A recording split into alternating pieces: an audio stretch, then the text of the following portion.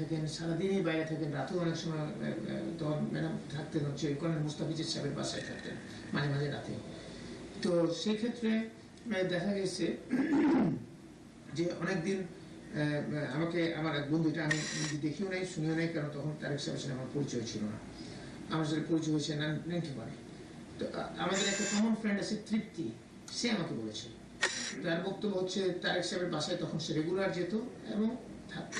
তখন একদিন তারেকের নানি তৃপ্তিকে নাকি বলেছে যে তৃপ্তি এই কি বলে আমার নাতিটা তো নষ্ট হয়ে যাচ্ছে এবং এই শয়তান মেয়েটা তো আমার নাতিটাকে শেষ করে ফেলাইতেছে, এবং এইগুলো তৃপ্তিকে সে ধরে খুব কান্নাকাটি করলো। মামুনের ওয়াইফকে দেখালো যে মামুনের ওয়াইফ 2-3 ঘন্টা এসে থাকে তারেকের বাসায়। একটু আরেকটু খোলামেলা ভাবে যেভাবে বলেছেন ওইভাবে বলেন, একটু জোরে বলেন। যে তারেকের বাসায় প্রায় সময় মামুনের ওয়াইফ আসতো এবং মামুনের মানে তারেকের রুমে যেত, 2-3 ঘন্টা থাকতো এবং থেকে চলে যেত। তো এটা মানে তারেকের নানি এটা বোধহয় উনি নোটিস করেছিলেন, এবং নোটিস করে এই জিনিসটা ওনার নোটিসে আসার পরে উনি তৃপ্তিকে একদিন এই কথাটা বলছেন, মানে একটু কান্না কান্না ভাবে এগুলো যে আমার নাতিটা তো নষ্ট হয়ে যাচ্ছে এবং এই শয়তানটা মেয়েটা গাইছে আমার নাতিটাকে শেষ করতেছে। এর বাহিরে যেগুলো বলেছিলেন যে বাহিরে বিভিন্ন আড্ডায় বিভিন্ন জায়গায় এবং বিদেশে, আচ্ছা এখানে আর বাইরেও হচ্ছে, এখানে বিদেশে যখন যান তখন বিদেশেও আমরা শুনেছি যে বিশেষ করে মালয়েশিয়াতে, মালয়েশিয়া বাদল একজন আছে, তো সে নাকি মানে আপনার এই সমস্ত সাপ্লাই টাপ্লাই দিত এবং হোটেলে তারেক সাহেব এই সমস্ত কাজ টাজ করতো, এইসব আমরা শোনা কথা, এটা আমরা শুনেছি। মানে এটাকে আরো অনেকেই বলে এই কথাগুলোকে। আর কোকো সম্বন্ধে কিছু বলবেন? কোকো সম্বন্ধে আমাদের ইমপ্রেশন মানে এজ এ ম্যান তারেক সাহেব ওয়াজ much more better human being, এবং তারেক সাহেব মানে ব্যবহার অনেক অনেক ভালো কোকোর চেয়ে, এবং কোকো সাহেবের খুব রুড এবং সবার সাথে খারাপ ব্যবহার করছেন, প্রায় সকল মন থেকে উনি বোকা বাসা করছেন না, যারা একটু মানে একটু ইয়াং এজের বা মানে একটু মানে সবসময় একটা ক্ষমতা দেখাতে চান। বাট তারেক সাহেবের টোন ছিল রিকোয়েস্টিং টোন, আর ওর টোন হচ্ছে commanding tone, something like that. তো আর এদিকে কোকো সাহেবের চরিত্র যতটুকু আমি জানি বা ওর সাথে আমি মিলামেশা করতাম না, বাট আমরা বাইরে থেকে যতটুকু শুনেছি ও নিজস্ব সার্কেল ছিল, 4-5 জন বন্ধু বান্ধব, খুব ঘনিষ্ঠ বন্ধু, সেই লেভেলে সে এই মডেল তারকা যারা আছে তাদের সাথে সে মানে তাদেরকে ব্যবহার করতো। বাট এটা তো আমরা শুনেছি যে তারেক সাহেবের একটা অহমিকা ছিল, বিশেষ করে যারা আইএসডি ফ্রেন্ড যারা আছে তারা প্রায় সময় বলতেন, আমরা শুনেছি যে সে খুব একটা অহমিকা নিয়ে চলতেন এবং ব্যবহার ভালো করতেন না। কিন্তু আমাদের পলিটিক্যাল লেভেলে কিন্তু আমি দেখেছি ভালো ব্যবহার করতো, কারণ পলিটিক্স মানে পলিটিক্যালি যেহেতু সে পলিটিক্সের অ্যাম্বিশন ছিল তার, সে কিন্তু প্রথম দিকে একটু তার অহমিকা ছিল, কিন্তু পরবর্তীতে হি ওয়াজ সিজন পলিটিশিয়ান। আপনার এই যে বিএনপিতে পরিবারতন্ত্র সম্বন্ধে আপনার মতামত কি?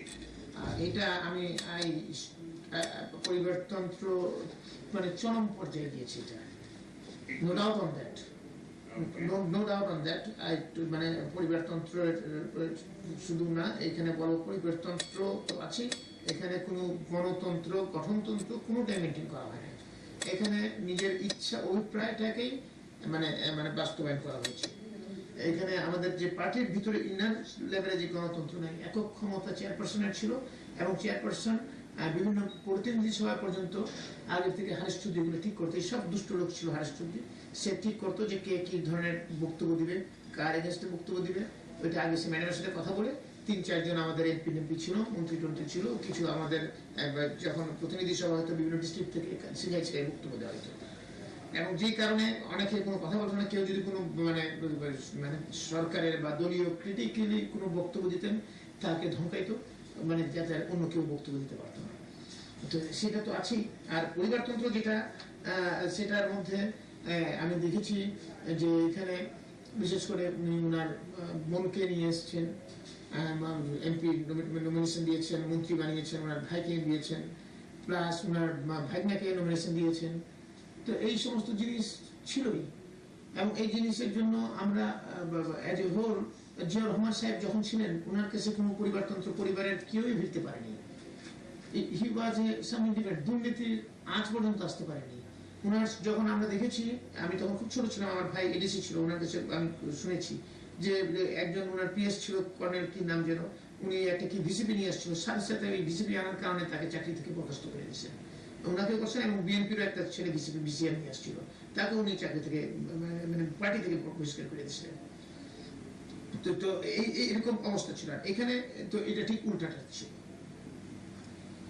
By the by, what about the family of Ziaur Rahman? তার কি কোনো আত্মীয় স্বজন নাই এবং ছিল না যে পলিটিক্সে বা সিনে আসার মতো? আমরা তো কাউকেই দেখছি না। এটা আসলে ওনার কোনো ভাই আসতে পারে নাই। আমার ভাই মানে এখানে আমার যেহেতু মনে হয় যে ম্যাডামের আত্মীয় স্বজনটাই বেশি স্কোপ পেয়েছে, যেটা আমরা তো কোনো কথা বলি না, শুনি দেখি, মানে আমরা উই আর অলসো নোটিসড ইট যে জিয়াউর রহমান সাহেবের যে নিজস্ব ফ্যামিলি থেকে আসেনি। তো লাস্টলি যখন এই যে ম্যাডাম ইয়েতে চলে আসলেন, কি বলে, আমরা যখন রিজাইন ম্যাডাম আপনি কেয়ারটেকার গভর্নমেন্ট আসার পরে ওই জিয়াউর রহমান সাহেবের এখন ভাই না ভাতিজাকে নিয়ে ম্যাডাম আসতেন, কি জানি নাম বলার পরবর্তীতে একদম এই ফ্যামিলিটাকে এত ইগনোর করা হলো কেন? এটা আসলে আমি ঠিক সঠিকভাবে বলতে পারবো না, কিন্তু আমি যতদূর মনে করি ইগনোর করা হয়েছে এক নম্বর, এবং সেটা সঠিক হয়নি বলে আমার একার মন্তব্য না, আমাদের অনেকের মধ্যে আমরা যারা আছি বিভিন্ন র্যাঙ্ক এন্ড ফাইলের আমাদের মধ্যে আলোচনা করেছি, এবং সবাই মানে উই ফেল্ট ইট। এই যে একটা জিনিস, আজকের যে পরিবর্তিত পরিস্থিতি যেটা চলছে, যে ইমার্জেন্সি চলছে, এটার জন্য কি আপনাদের পার্টি দায়ী বলে মনে করেন? আমি তো মনে করি, একটু যদি ব্যাখ্যা করেন। মানে I have goat all the reasons to believe for it, এবং নট অনলি বিলিভ, আমরা ম্যাডামের সাথে কতবার করে কথা বলেছি এই জিনিসে, বিশেষ করে যেমন প্রথম অবস্থাতে আমি যাই যে 2 বছর extension of the chief justice, যিনি মানে হাসান সাহেব খুব ভালো মানুষ, উনি কিন্তু, আমি এই কথা বলবো না যে উনি যদি কোনোভাবে কেয়ারটেকার চিফ হলে বিএনপিকে ফেভার করতেন, I don't agree that, because he would have done the মানে best part of his job. But কিন্তু ম্যাডাম মনে করছিলেন যে উনি যেহেতু উনি বিএনপিতে আগে ছিলেন, উনি হয়তো আমাদেরকে ফেভার করবেন, কিন্তু এটাকে মাথায় একটা ব্যাড জিনিস মাথায় রেখে মানে একটা উদ্দেশ্য প্রণোদিত ভাবে ওই 2 বছরটাকে এক্সটেনশন করা হলো, যে কেন 2 বছর এক্সটেনশন করলে হাসান সাহেব কেয়ারটেকার চিফ হবেন। তো এই জিনিসটাকে বিরোধিতা আমি, মান্নান ভূঁইয়া, সালেম হোসেন খোকা, আমরা অনেকেই, ইভেন সাইফুর রহমান, ইভেন খন্দকার মুশতাক হোসেন, আমরা অনেকবার নিজেরা আলোচনা করেছি, ম্যাডামকে বলেছি, বাট আমরা পারি না এটাকে করতে, কারণ এইখানে এই হারেশ চৌধুরী একটা বিরাট রোল ছিল এই জায়গাগুলো। হারেশ চৌধুরী, ইভেন মধু সাহেবও এটা চান নাই, কিন্তু এটা করেছে হচ্ছে ব্যারিস্টার আমিনুল হক, নাজমুল হুদা, এই ধরনের লোকগুলো।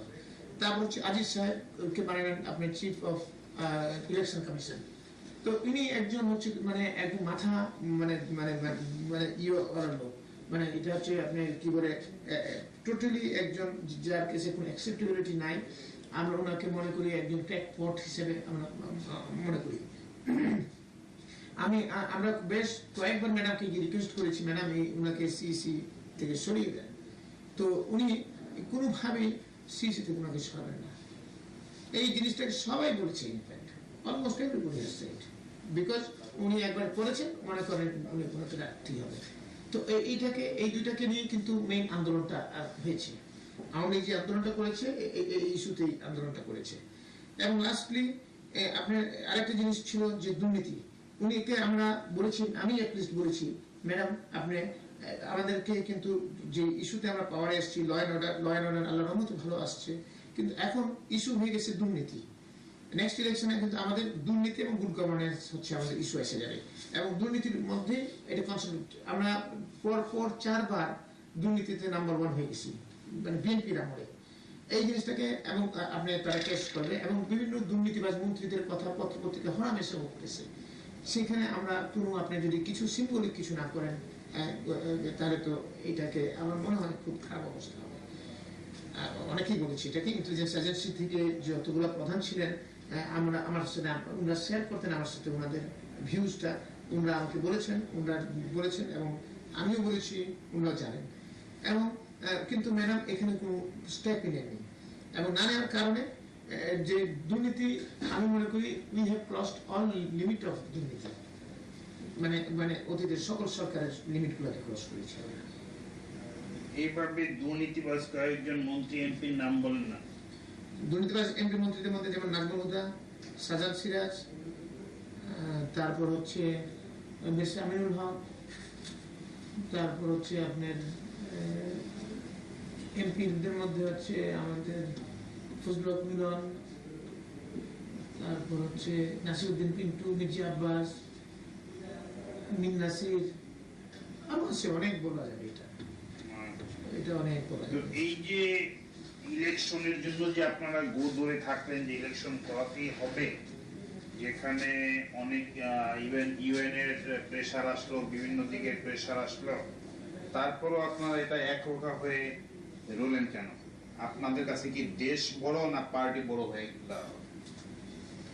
এটা আসলে ঠিক সেই সময়টায় কিন্তু আমি দেখেছি ম্যাডামের একটা মানে নতুন সার্কেল ডেভেলপ করেছিল, যেটা কিন্তু রাষ্ট্র পরিচালনায় বিগত 4.5 বছরের মধ্যে সেই সার্কেলটা ছিল না।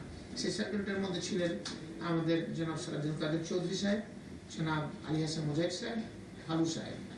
এই তিনজন ম্যাডামের সাথে কিন্তু বসে ম্যাক্সিমাম ডিসিশনগুলো নিতেন, এবং তারপর তারেক সাহেব যেতেন, কিন্তু বাট এই তিনজন হচ্ছে কোর নিত এবং তারেক সাহেবও জয়েন করতেন।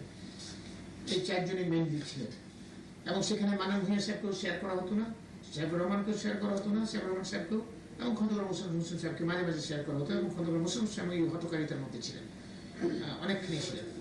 তো এখন ইন্দ্রায় কিন্তু এই জায়গাগুলোর মধ্যে ম্যাডামকে অ্যাডভাইস করেছেন, ইভেন যেমন আপনার ওই যে প্রেসিডেন্টকে কেয়ারটেকার চিফ বানানো, সেটাও কিন্তু এই 4 জনে করেছে, এবং এই 4 জনে এই সমস্ত কিছু করেছে। এবং এটাই কি আপনাদের সাপোর্ট ছিল?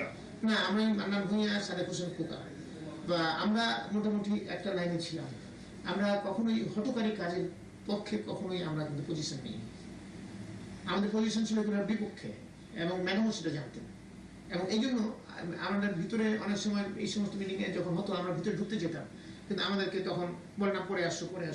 বসে থাকলে উনি কথা বলবেন, আমাদের বলে তুমি যাও, একটু এখন টায়ার্ড হয়ে গেছো, বাসায় যাও, রেস্ট করো, এরকম বলতে, যাতে আমাদের সামনে কথা না বলতে চান না। আচ্ছা, আপনাদের এই যে হাওয়া ভবনে আপনারা কয়েকজন মিলে পলিসি মেকিং এ প্রায় সময় বসতেন, এরা কারা কারা ছিলেন?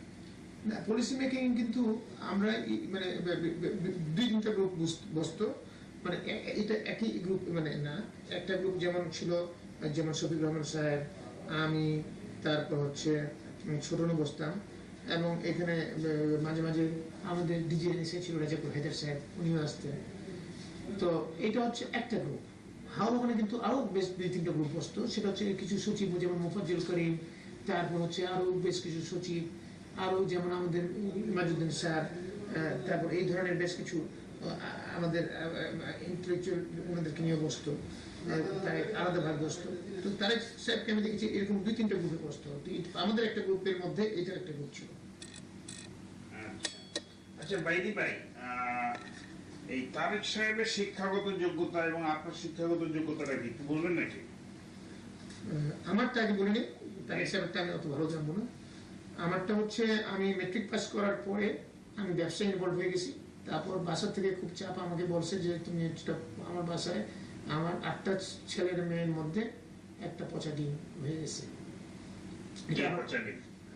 আমার পেমেন্ট করছে, যেহেতু আমি লেখাপড়াটা ডিসকন্টিনিউ করে ফেলছি। বাট তারপর আমি ইন্টারমিডিয়েট দিয়ে যদিও পাস করেছি, বাট সেটাকে পাস আমি নিজেই গণ্য করতে চাই না, যেহেতু 3rd division I can't consider, because I am not আমি নিজেকে মনে করি না যে আমি ওই ক্যালিবারের, কিন্তু জাস্ট পাসের জন্য পাস করতে করছি আর কি। তার এদিকে তারেক সাহেবের ব্যাপারে আমি মানে তার যতটুকু জানি সে ইন্টারমিডিয়েট বা গ্রাজুয়েট করেছি কিনা আমার জানা নেই। কোনটা? তারেক সাহেবের ব্যাপারে। আচ্ছা, এখন এই যে আমরা যে জিনিস নিয়ে দুর্নীতি বা বিভিন্ন জায়গায়, এবং দেখা গেছে যে আপনি ছিলেন খুব পাওয়ারফুল ম্যান বিং দি প্রতিমন্ত্রী, তো এই যে বসুন্ধরা গ্রুপে সাথে আপনাদের সংশ্লিষ্টতা এবং এখান থেকে কিভাবে কি আপনারা বেনিফিশিয়ারি হলেন এবং ওখানে একটা কিলিং হয়েছিল, সাব্বির নামে এক লোক কিল হয়েছিল বসুন্ধরা শাহ আলম সাহেবের ছেলের হাতে, এইটা সম্বন্ধে একটু শর্টলি বলবেন এবং আপনাদের সংশ্লিষ্টতা এটা একটু বলবেন। এটাকে একটু আমাকে ন্যারেট করতে হবে এইভাবে যে আমাকে ইনফ্যাক্ট ম্যাডাম এবং তারেক রহমান সাহেব দুজনেই অ্যাটলিস্ট 4 থেকে 5 বার করে আমাকে রিকোয়েস্ট করেছেন যে বসুন্ধরাকে নিয়ে মানে সালম সাহেবকে নিয়ে যাতে একটু বসি, আমরা যাতে বসে সেখানে আমরা আলোচনা করব, যাতে করে আমাদেরকে আপনার ইলেকশন যে সামনে আসতেছে সেই ইলেকশনের ফান্ড কত দিবে সেটার জন্য। আমরা আমি প্রথমে অ্যাভয়েড করতে চেয়েছি, কিন্তু অ্যাভয়েড করতে গিয়েও 4-5 বার করার পরে আমি অ্যাভয়েড করতে পারিনি। না পারলেও আমাকে তখন তারেক সাহেব নিজেও বসুন্ধরা সালমের সাথে কথা বলেছেন এবং আমি at last I have organised a meeting in my residence. 1-2টা মিটিং আমরা 2টা বা 3টা মিটিং করেছি, পরবর্তী প্রায় আরো 8-10টা মিটিং হয়েছে, সেগুলো মিটিং সবগুলো হাওয়া ভবনে হয়েছে। এবং সেই মিটিংগুলোর মধ্যে আমরা বিভিন্ন সময় টাকার আলোচনা করেছি, মানে যাতে তারেক সাহেব মেইনলি আলোচনা করেছেন যে পার্টির মধ্যে কত উনি ডোনেট করতে পারবেন, ইলেকশনে ফান্ড দিতে পারবেন, উনি কিন্তু বিএনপির আমলে অনেক উনি ব্যবসা বাণিজ্য করেছেন ইত্যাদি ইত্যাদি। তো যদিও তারেক সাহেব একটু বড় অঙ্কের টাকা চেয়েছিলেন, উনি কোনোভাবে সেটা মানে না, কিন্তু লাস্টলি টাকাটার ফিগার ঠিক হয়েছিল 50 কোটি টাকা ইলেকশন বাবদ শাহ আলম সাহেব দিবেন। এখন সেইখানে প্রথম 1-2-3টা টাকা আমার বাসায় এসে দিয়ে গেছে এবং 1-2 বার সেখানে আমার যত মনে করে পরে আপনার 1 কোটি টাকা করে এক একটা চালানো। কয়বার গিয়েছিল আপনার বাসায়? আমার বাসায় 3 বার। 3 বার না 4 বার? 3 বার আমার স্মরণে 3 বার পরে। আচ্ছা 3 বার আমার স্মরণে আছে এবং 3 বার দিয়ে গেছে এবং 2 বার হয়তো তারেক সাহেব আমার সাথে ছিলেন, একবার তো বটেই, 2 বার হয়তো ছিলেন উনি যখন এটাতে। আর তারেক সাহেব আমাকে বলে দিয়েছিলেন এই টাকাগুলো যাতে আমি কামাল সাহেবকে হ্যান্ড ওভার করে দিই। কামাল সাহেবকে? সালিমুল হক কামাল আমাদের এমপি সাহেব ছিলেন, মাগুরার 2 এর MP. Econo Kamal? Econo Kamal. আচ্ছা কামাল সাহেবকে আমি যাতে দিয়ে দিই এবং কামাল সাহেব নিব। তো কামাল সাহেবকে আমি বলেছি যে এটা ম্যাডাম জানেন এবং তারেক সাহেব ডিজাইন করেছেন যাতে আপনাকে সেই টাকাটা দিই। তখন কামাল সাহেব বলেছেন যে আমার কাছে আগের 2 কোটি টাকা আছে, আরও ঠিক আছে আমি রাখতেছি। পরে 2 দিন পরে কামাল সাহেবকে সহ আমি তারেক সাহেবের এখানে গেলাম হাওয়া ভবনে এবং কামাল সাহেবের সাথে তারেক সাহেব পুরো টাকা ডিটেল আলোচনা করলেন এবং ওনাকে রাখার রিকোয়েস্ট করলেন এবং কামাল সাহেব এগ্রি করলেন।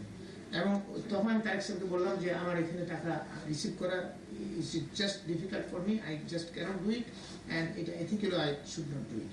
তো তারেক সাহেব তখন আমার প্রবলেমটা বুঝলেন এবং বুঝে উনি অপুকে ইনস্ট্রাকশন দিলেন যে অপু তুমি এখন থেকে এখানে রিসিভ করবা, সুফিয়ান দিয়ে যাবে, তুমি দেবা এবং তুমি কামাল সাহেবকে দিয়ে দিবা। তো তারপরে অপু এটা কোঅর্ডিনেট করতো সুফিয়ান এবং কামালের সাথে, কামাল ভাইয়ের সাথে। সুফিয়ান হচ্ছে আপনার সালম গ্রুপের মানে বসুন্ধরা গ্রুপের সালম সাহেবের একটা এক্সিকিউটিভ ডিরেক্টর বা কিছু একটা, সেই সালম সাহেবের কাছে টাকাগুলো এনে ডেলিভার করতো। তো এরকমভাবে বেশ কিছু টাকা পয়সা নিছে এবং পরবর্তীতে সুফিয়ান আর আমি কামাল ভাইয়ের কাছ থেকে জানলাম যে যেহেতু সুফিয়ানের পক্ষেও খুব ডিফিকাল্ট হয় মানে মতিঝিল থেকে এখানে আসা, কামাল ভাইয়ের জন্য ডিফিকাল্ট হয় মতিঝিল থেকে এখানে এসে কালেক্ট করে নিয়ে যাওয়া, সেই জন্য দুজনেই ডিজাইন করছে যে একটা অন্য কোনো থার্ড প্লেসে যেমন মতিঝিল সাইডে কোনো একটা ব্যাংকে ট্যাঙ্কে টাকাগুলো রাখা যায়। কোন ব্যাংকে? ব্যাংক আমি যদি জানতাম প্রাইম ব্যাংক বা আরো কোনো থাকতে পারে। এটা কামাল সাহেব যে ব্যাংকের কথা বলতো সুফিয়ান সেখানে গিয়ে ড্রপ করে দিয়ে আসতো, যেভাবে কামাল ভাই বলতেন ক্যাশ টাকা। তো এইভাবে মোট আমি পরবর্তীতে মানে এই তারেক সাহেবের কাছ থেকে জেনেছি এবং কামাল সাহেবের কাছ থেকে জেনেছি যে 20 কোটি টাকা দিয়েছে সুফিয়ান সাহেবরা। এই 20 কোটি টাকা পুরোই কামাল সাহেবের কাছে রাখা গচ্ছিত অবস্থায় ছিল। তো এইটা হচ্ছে একটা দিক। আরেকটা দিক হচ্ছে যে সাব্বির হত্যা মামলা। ইন বিটুইন এই সাব্বির হত্যা মামলা যখন হওয়ার পরেই আমরা কমিটি করে দিয়েছিলাম স্বরাষ্ট্র মন্ত্রণালয় থেকে এটাকে ইনভেস্টিগেট করার জন্য এবং এটা মনিটরিং অন্তর্ভুক্ত করেছিলাম। মনিটরিং আমরা আলোচনার জন্য নিয়ে এসেছিলাম। এখন একটা মিটিংয়ে আমি দেখেছি যে আমরা যখন সাব্বির হত্যা মামলাটাকে আমরা কোয়াইট সেন্সিটিভ মনে করেছিলাম from the part of home ministry, যেহেতু মানে এই জিনিসটা একটা গুলশানের মতো জায়গায় একটা ঘটনা ঘটে গেল, একটা ইয়াং ছেলে এভাবে মারা গেল, সেইটাকে অনেকেই মানে ইনফ্যাক্ট গুলশান থেকে বেশ কয়েকজন মানে এক্স সেক্রেটারি বা এক্স মিনিস্টার আমাকেও ফোন করেছে এবং আমাদের সচিবকেও ফোন করেছে যে এটাকে একটু ভালোভাবে দেখার জন্য। আমরা তখনই কমিটিটা আমরা করে দিয়েছিলাম। আচ্ছা, তারপরে কি বলে তারেক সাহেবের অফিসে একদিন একটা মিটিং হচ্ছিল, মানে ওই টাকা পয়সা লেনদেন নিয়ে। সেই মিটিং এর এক পর্যায়ে সেখানে শাহ আলম, সুফিয়ান, আমি, তারেক সাহেব, মানে এই চারজনই আমার মনে করে এই আমরা চারজনই হয়তো ছিলাম আমরা সেই মিটিং এর মধ্যে। সেই চারজনই ছিলাম সেই মিটিং এর মধ্যে। আমি পরে আমি মানে মিটিং এ আমি জয়েন করছি, I am the last man to join in the meeting. তো ওইখানে যাওয়ার পরপরই আমি চেয়ারে বসার পরপরই মানে ইন দ্য ভেরি বিগিনিং বলার সাথে সাথে কি বলে মানে খুব অ্যাগ্রেসিভ টোনে এই কি বলে শাহরম আমাকে বলতেছে, আপনি একে কয়েকবার বলছি ইমিডিয়েটলি কয়েকবার কিন্তু সে আমাকে রিকোয়েস্ট করেছে টেলিফোনে এবং সুফিয়ানের মাধ্যমে যাতে আমি ওদের কেসটার স্বামী হত্যা মামলাটাকে যাতে ফাইনাল রিপোর্ট দিয়ে দিই। ইভেন তারেক সাহেবকেও বলছে, তারেক সাহেব আমাকে একদিকে বলছে যে দেখা যায় কি করা যায় বাবা ভাই, একটু দেখেন না কেন ভাই, ওরা আমাদেরকে একটু সাহায্য করতেছে, একটু হেল্প করা যায় কিনা। আমি বলছিলাম যে দেখি তারেক সাহেবকে আমি অ্যাভয়েড করতে চেয়েছি। আর এদিক থেকে তো আমরা কাজ করে যাচ্ছিলাম এবং তখন কিন্তু সেটার আগে আমরা শাহরমের ভাইনাকে আমি ধরে ফেলছিলাম। আমরা সিআইডি পুলিশকে আমি খুব চাপ সৃষ্টি করছিলাম যে আপনার কেসের প্রগ্রেস হচ্ছে না। এবং তখন সিআইডি এডিশনাল আইজি খোদা বসছিলেন, তিনি ওর ভাইনাকে ধরে ফেলছিলেন। তখন ধরার পরে এই শাহরম বলে হ্যাঁ আপনাকে ফাইনাল রিপোর্ট দিবেন, যেটা না করে উল্টা আলো আমার ভাইনাকে ধরে নিয়ে গেছে, তাকে মারধর করা হচ্ছে, ইত্যাদি করা হচ্ছে, কথা স্বীকারোক্তি আদায় করার চেষ্টা করা হচ্ছে, কি পাইছেন কি আপনারা ইত্যাদি। কে বলতেছিল এটা? শাহরম। Aggressive tone, in a very offensive tone, and I took a serious exception of it, and I lost my total temper. And আমি চেয়ার থেকে দাঁড়ায় গেছি, দাঁড়ায় গিয়ে with the top of my voice I have started shouted. I have told him that already I have done a favor, that আমি এখনো আপনার অফিসকে আমি লোক পাঠাই, অফিসের লোকজনকে ধরে আমি নেই বা বাসায় আরো অন্য ধরে নেই, just because of madam and Tarique Rahman. Because madam and Tarique Rahman আমাকে অলরেডি বেশ কয়েকবার আপনার ব্যাপারে বলেছে, but you have crossed all limits now, এবং আপনাকে আমি এখানে কিছু করার নাই, nothing to do with it. এবং এখানে একজন মারা গেছে, আরেকজন মেরেছে, একটা কিলিং হয়েছে, এই ক্ষেত্রে আমি কম্প্রোমাইজ করতে পারবো না। তো আমাকে তারেক সাহেব এই কথা বলার পরে তারেক সাহেব আমাকে টেনে নিয়ে বসাইলো পরে বুঝাতে চেষ্টা করলো। এবং পরে দেখি সুফিয়ান বলে যে এটা আপনি রাগ করছেন কেন, এত উত্তেজিত হয়ে গেছেন কেন, ইত্যাদি ইত্যাদি। পরে শাহরমও বলে যে ঠিক আছে, আই এম সরি, আপনি রাগ করেন না, ইত্যাদি ইত্যাদি। এরকমভাবে মিনিমাইজ করার চেষ্টা করলো, করে মিটিং ভেঙে চলে গেল। তারপরে পরবর্তীতে তারেক সাহেব আমাকে বেশ কয়েকবারই বললেন যে বাবর ভাই এটাকে এই কেসটাকে একটু আপনার করা যায় কিনা, কি বলে হালকাভাবে দেখা যায় কিনা। তাই বললাম যে আমার পক্ষে আমি দেখতেছি, মানে I try to avoid Tarique সাহেব, বিকজ ওনার সাথে আমি কথা না বলে আমি আমার কাজগুলো করতেছিলাম। এবং ইন দ্য মিন টাইম আমি খোদাবক্সকে বলেছিলাম যে খোদাবক্স সাহেব আপনি ইমিডিয়েটলি আগে এই ইয়েকে মানে মানে ভালোভাবে টাইট করেন, ভাইনা যাকে ধরছেন তার কাছ থেকে দেখেন আপনাকে তাকে ব্রেক করতে পারেন কিনা, ব্রেক করতে পারে পুরো ঘটনা প্রভাবটা পাবে। বিকজ আমরা মানে ঘটনা প্রভাবটা আমরা পাচ্ছি না, আমরা বুঝি যে এটা মার্ডার হয়েছে, কিন্তু মার্ডারটা কেমনে, কে কিভাবে কি হয়েছে, এই ঘটনা প্রভাবটা আমরা পাচ্ছিলাম না। তারপর at one point of time তাকে র্যাব হেডকোয়ার্টারে নিয়ে যাওয়ার কথা আমি নির্দেশ দিলাম, র্যাব হেডকোয়ার্টারে নিয়ে ওইখানে রেখে আপনারা আলোচনা করুন। তারপর ওইখানে টোটাল টিম নিয়ে গেছে এবং নিয়ে এখান থেকে পুরো জিনিস বের করে নিয়ে আসছে এবং সে পুরো ব্রেক করছে, ঘটনার প্রভাব বলেছে। এবং ওইখানে দুইটা মেয়ে ছিল, তারপরে একটা ব্রোকার মেয়েগুলো সাপ্লাই দিয়েছিল, দুইটা না তিনটা মেয়ে। তারপর সেই ব্রোকারকে আমি অ্যারেস্ট করতে বলেছি, সেই ব্রোকারও স্বীকার করেছে। ওই মেয়ে দুইটাকে অ্যারেস্ট করতে বলেছি, সেই মেয়ে দুইটাও অ্যারেস্ট হয়েছিল এবং মেয়ে দুইটাও সব স্বীকার করছে এবং সকলের স্বীকারোক্তি মিলে গেছিল। মিলে যাওয়ার পরবর্তীতে তখন ইন বিটুইন আমার উপর চাপ বাড়তে থাকে, দুটো পক্ষ থেকে চাপ আসতে থাকে। যখন চাপ বাড়তেছে তখন আমি খোদাবক্সকে জিজ্ঞেস করলাম যে চাপ তো আসতেছে তারেক সাহেবের কাছ থেকে, ম্যাডাম ইনডাইরেক্টলি চাপ দিচ্ছিলেন। তারপর এট ওয়ান পয়েন্ট অফ টাইম তো ডাইরেক্টলি চাপ দেওয়া শুরু করলেন যে আপনি কি চার্জশিট দিতে যাচ্ছেন নাকি। আমি বললাম চার্জশিট এটা তারেক সাহেব জিজ্ঞেস করেছেন আমাকে। তারপর হচ্ছে কি আপনার খোদাবক্সকে আমি তখন বললাম, বিকজ আমি দেখতেছি যে এটাকে আমি মানে এই চাপ কতটুকু আমি কন্টেইন করতে পারবো, মানে I had a doubt on myself at that point of time. তখন আমি খোদাবক্সকে জিজ্ঞেস করলাম যে খোদাবক্স সাহেব চার্জশিট পর্যায়ে যেতে কতটুকু আপনার সময় লাগবে বা কি পর্যায়ে আছেন আপনি? বলে যে স্যার চার্জশিট পর্যায়ে যেতে আমাকে ওই দুটো দারোয়ানকে ধরলে আমরা টোটাল এভিডেন্স আমাদের কাছে চলে আসবে, তাহলে করোবরেশন সব হয়ে যাবে এবং আমরা একদম এটা স্কোয়ার আপ করতে পারবো।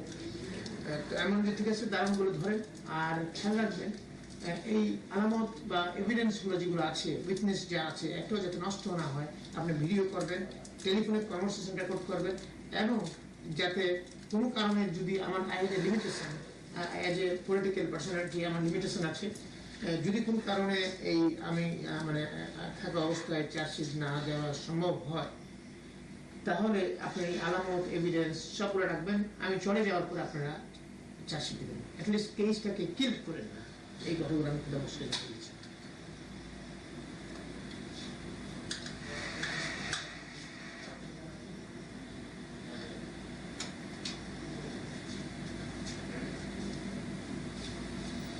তো এটা গেল, বাট আলটিমেটলি এটা ইয়া হয় নাই। Okay sir, you take water and biscuit, take 2 minutes rest.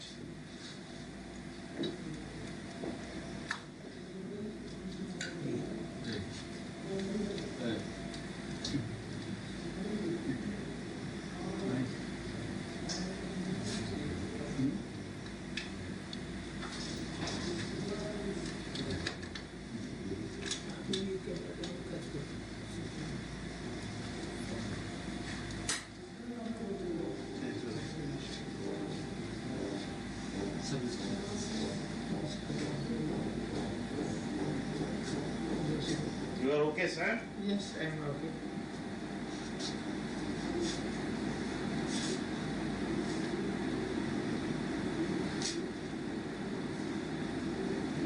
But আপনি কিন্তু অনেক জিনিস এড়িয়ে যাচ্ছেন, ঠিকভাবে বলছেন না। না, আমি সবই তো বললাম, কোনটা বাকি আছে?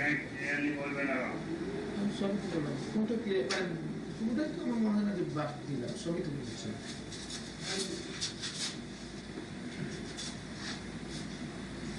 ওদের হোমোসেক্সুয়াল কথাটা তো বললেন না।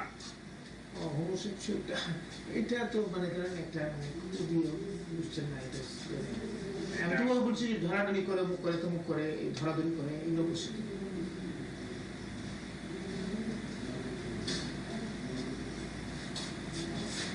যে এই টাকাটা ওনার জন্য বেশি দরকার, এবং ঠিক আছে আমরা একটা ফেভার করতে তো পারি, এরকম একটা ভাব ছিল না, কারণ উনি যেহেতু আমাকে কয়েকবার রিকোয়েস্ট করেছেন, তখন আমি ভাবতাম না।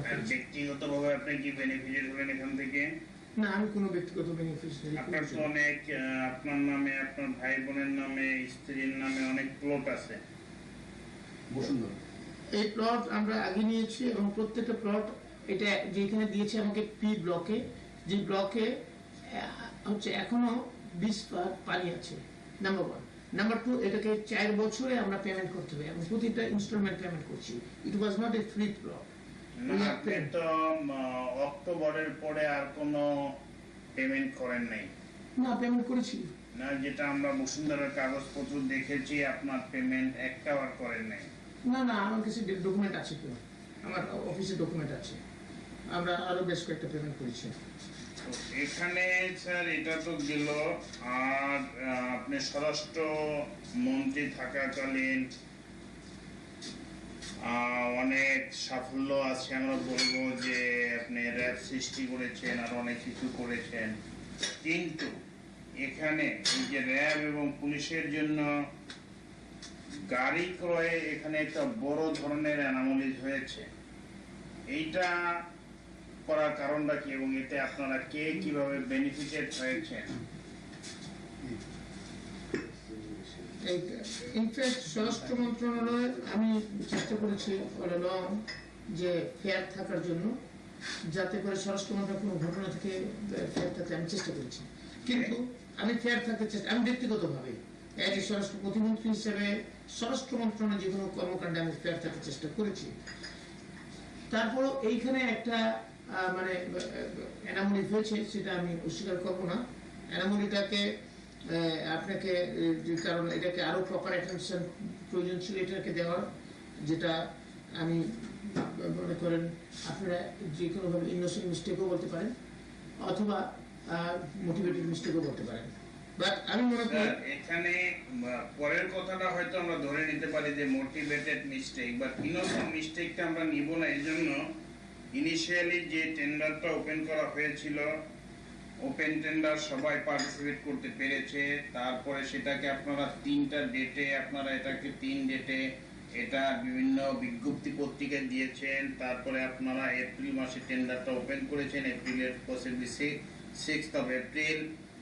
সেখানে অনেকেই লোয়েস্ট হয়েছে। 2.5 মাস যাবত আপনারা কোনো ডিসিশন না দিয়ে 2.5 মাস থেকে 3.5 মাস হঠাৎ করে আপনারা রিটেন্ডার কল করেছেন এবং সেখানে আপনারা গাড়ির স্পেসিফিকেশন ফিক্সড করে দিয়েছেন। যেমন একটা উদাহরণ বলি, যে একটা গাড়ির আপনারা যেটা স্পেসিফিকেশন ফিক্সড করে দিয়েছেন যে রোড ক্লিয়ারেন্স 160 mm, কিন্তু দেখা গেল বিশ্বের বিখ্যাত গাড়ি লাইক টয়োটা, ইসুজু আর অন্যান্য গাড়ি, সেটা রোড ক্লিয়ারেন্স আছে 150 mm, অর্থাৎ 10 mm which is less than half a inch। এইভাবে করে আপনারা স্পেসিফিকেশন করে দিয়েছেন যাতে করে স্পেসিফিক একটা বা দুইটা গাড়ি, কোম্পানির গাড়িগুলো পার্টিসিপেট করতে পেরেছে। এবং সেখানে যদি আপনি বলেন যে ইনোসেন্ট মিস্টেক, সেটা হতে পারে না, কারণ তারপরে এই কোম্পানিগুলো আপনার কাছে চিঠি দিয়েছে, মহা পুলিশ পরিদর্শকের কাছে চিঠি দিয়েছে, অনারেবল প্রাইম মিনিস্টারের কাছে চিঠি দিয়েছে, তারপরও সেটাকে আপনারা কেয়ারে নেন নাই। তো সেখানে একটা বড় ধরনের, এবং এটা কার উদ্দেশ্যে, কার স্বার্থে, কিভাবে হয়েছে একটু যদি ক্লিয়ারলি বলেন। আমি এখানে দুটো পার্ট বলি আর কি, দু ভাগে বলবো। একটা ভাগ হচ্ছে রিগার্ডিং যে কি প্রসেসে হয়েছে, আর একটা ভাগ হচ্ছে মানে এখানে তারেক সাহেব আমাকে একদিন বললেন যে যখন টেন্ডার প্রসেস হচ্ছিল সেই সময়টাতে, যে আমাকে বললেন যে বাবা আপনার তো অনেক ব্যাংকে লোন আছে, এই যত ভেহিকেল পারচেজ হবে এখান থেকে তো আপনার লোন পেমেন্ট হয়ে যেতে পারে। আমি তারেক সাহেবকে বললাম যে দেখেন, আমি স্বরাষ্ট্র মন্ত্রণালয় কোনো মানে এই সমস্ত জিনিসে আমি নিজেকে ইনভলভ করতে চাই না, এবং স্বরাষ্ট্র মন্ত্রণালয় কোনো ব্যাপারে আমি ইনভলভ হবো না, এখানে তাহলে আমি হাই মরাল নিয়ে কাজ করতে পারবো না। তো উনি এই কথাটা শুনলেন, চেপে গেলেন, আর কোনো কথা বললেন না। সেকেন্ড টাইম আমাকে এই কথা রেজ করলেন না। ঠিক 2 দিন পরে উনি আমাকে ফোন করলেন, বললেন যে বাবু এই রোমো আসবে, কে রোমো নামে এক ভদ্রলোক আসবে। আমি বললাম কে রোমোকে? বলে যে র্যাঙ্কস, যে মালিক রৌফ চৌধুরী সাহেবের ছেলে, র্যাঙ্কস মোটরস দেখে আপনি একটা অ্যাপয়েন্টমেন্ট দেন। তারেক সাহেব ফোন করছে, আমি অ্যাপয়েন্টমেন্ট মানে স্বাভাবিকভাবে আমাকে দিতে হয়, আমি দিয়েছি। এবং রোমো এসে আমার সাথে দেখা করেছে। দেখা করে সে আমাকে যে কথাগুলো বললো, সেটা হচ্ছে প্রথমে বললেন যে উনি সৌজন্যবোধ দেখালেন। দ্বিতীয়ত হচ্ছে বললেন যে আপনাকে তারেক সাহেব, আপনি জানেন যে আমরা, তারেক সাহেব বলেছে যে আমরা গাড়ি ব্যবসায় ইন্টারেস্টেড আছি, গাড়ি সাপ্লাই দিতে চাই। তো সেখানে আমি আর ফয়সাল ঘনিষ্ঠভাবে যোগাযোগ রাখছি কীভাবে তারেক সাহেবের সাথে, এবং আমরা এই ব্যবসার মধ্যে ইন্টারেস্টেড হচ্ছে আপনার সহযোগিতা। আমি যেখানে আমার সহযোগিতা তো খুব বিশেষ কিছু নেই, আপনি যদি কোয়ালিফাই করেন এবং লোয়েস্ট হন আপনি পাবেন, যদি লোয়েস্ট না হন আমি চাইলেও আমি দিতে পারবো না, এবং এটা আমার খুব বেশি করণীয় কিছু নেই। তখন এটা চলে গেলেন রোমো এই কথাটা বলে। এবং পরবর্তীতে আমি জানতাম যে তারেক সাহেবের সাথে পুলিশ হেডকোয়ার্টারের বিভিন্ন র্যাঙ্ক অ্যান্ড ফাইলের সাথে উনি ডাইরেক্ট কথা বলতেন, আইজি থেকে শুরু করে একদম মানে আগে থেকেই আমি জানতাম যে বিভিন্ন লেভেল। আর যেহেতু প্যাসিফিক মোটরস হচ্ছে মোর্শেদ খানের, এবং মোর্শেদ খান ফরেন মিনিস্টার, সকল মানে বিভিন্ন র্যাঙ্ক অ্যান্ড ফাইলের অফিসাররা বাইরা ওনাকে একটু সমীহ করে, সেটা একটা পার্ট আছে। আর পাশাপাশি রিগার্ডিং দ্য স্পেসিফিকেশনের কথা যেটা বলেছেন, স্পেসিফিকেশনটা ইয়ে থেকে এসছে, পুলিশ হেডকোয়ার্টার থেকে আমাদের সেট ফর অ্যাপ্রুভাল, আমরা এটা অ্যাপ্রুভাল করে দিয়েছি। এখন এইখানটায় যে কথাটা আপনি বলেন যেটা হচ্ছে ইনোসেন্ট মিস্টেক, এটা মোটিভেটেড মিস্টেক। এখানে যে কথাটা যে স্পেসিফিকেশনের ব্যাপারে কিন্তু এআইজি ইএনটির একটা চিঠি আছে যেটা কোম্পানিগুলোকে দিয়েছে যে এটা মন্ত্রণালয়ের অনুমোদনকৃত এবং এখানে এটা পরিবর্তন করার পুলিশ হেডকোয়ার্টারের কোনো সুযোগ নাই।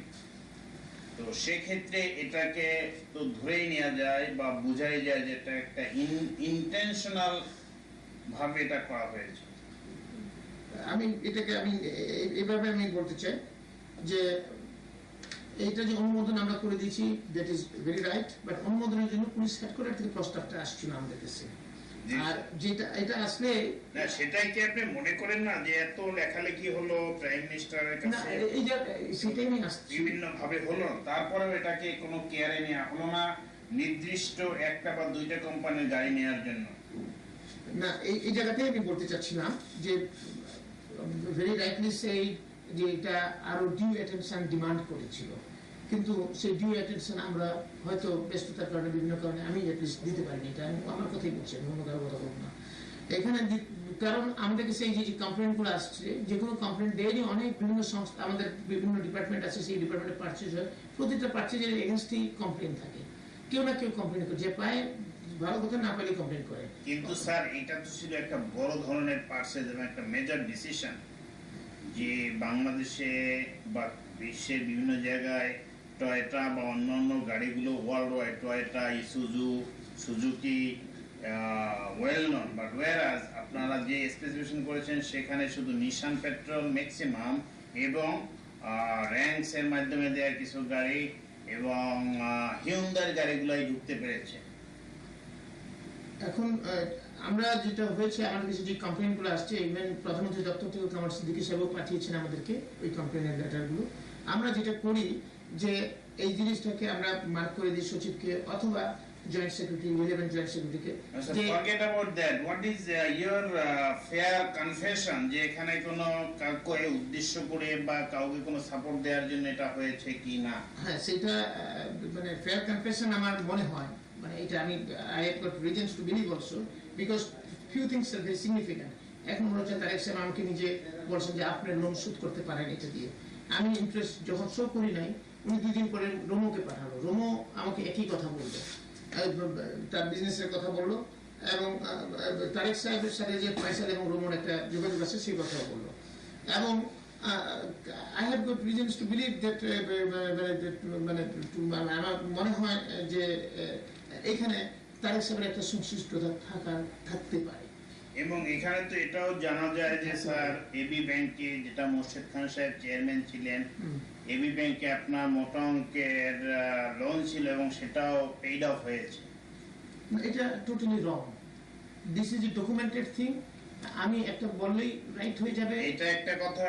আর হলো যে সেকেন্ড কথা হচ্ছে যে এটারও একটা মোটা অঙ্কের টাকা আপনার ভাইয়ের সিঙ্গাপুরের অ্যাকাউন্টে ওখানে পেইড হয়েছে, অথবা মালয়েশিয়া দুবাইতে ওখানে টাকাটা পেমেন্ট হয়েছে। It is totally wrong with due respect.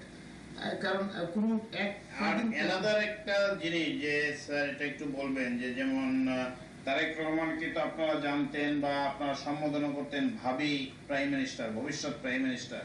তো তার মতো একটা লোক আপনার লোন পেইড অফের জন্য যে অফারটা দিল একটা দুর্নীতির মাধ্যমে, তো যে দেশের প্রধানমন্ত্রী হবে সেই এরকম একটা কাজ করেছে, সে ব্যাপারে আপনার তারেক সম্বন্ধে একটু মন্তব্য বলবেন? বলবো, আমি ওটাও বলছেন। এইটাকে আগে আপনার আগে প্রশ্নগুলোর একটু উত্তরটা দিয়ে তারপর ওটাতে আসছি।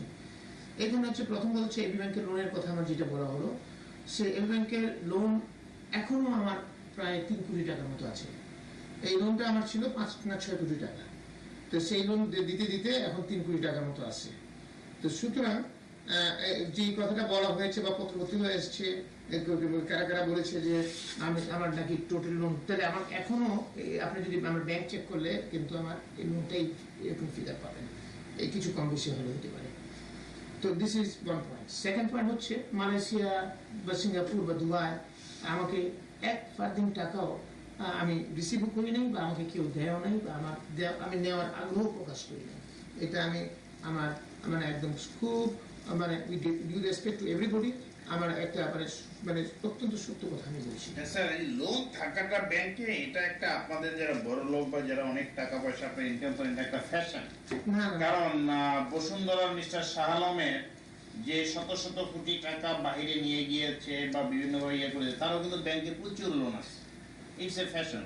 হাউএভার আপনি এখন ওইটা বলে যে তারিক সাহেব যে অফার দিলেন, and he wanted to be the prime minister of the country, যে একজন মন্ত্রীকে দুর্নীতিগ্রস্ত হতে সাহায্য করতেছে, এই ব্যাপারে আপনি একটু কমেন্ট করেন।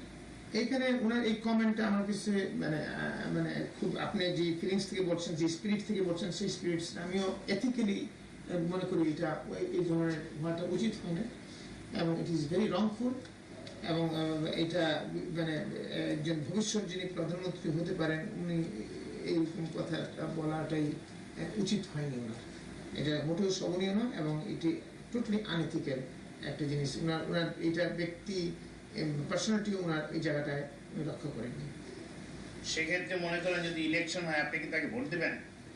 না, তারেক সাহেবের সাথে তো এমনিতে আমার একটা ডিস্টেন্স হয়েছে, এবং আমি ভোটের প্রশ্ন যদি আসে আমি মনে করি for not for only this reason, for so many reasons আমি ওনাকে হয়তো ভোট দেব না। আচ্ছা, তো এই পুলিশ এবং র্যাবের ওয়্যারলেস ইকুইপমেন্ট কেনার ব্যাপারটা সম্বন্ধে একটু বলবেন কাইন্ডলি।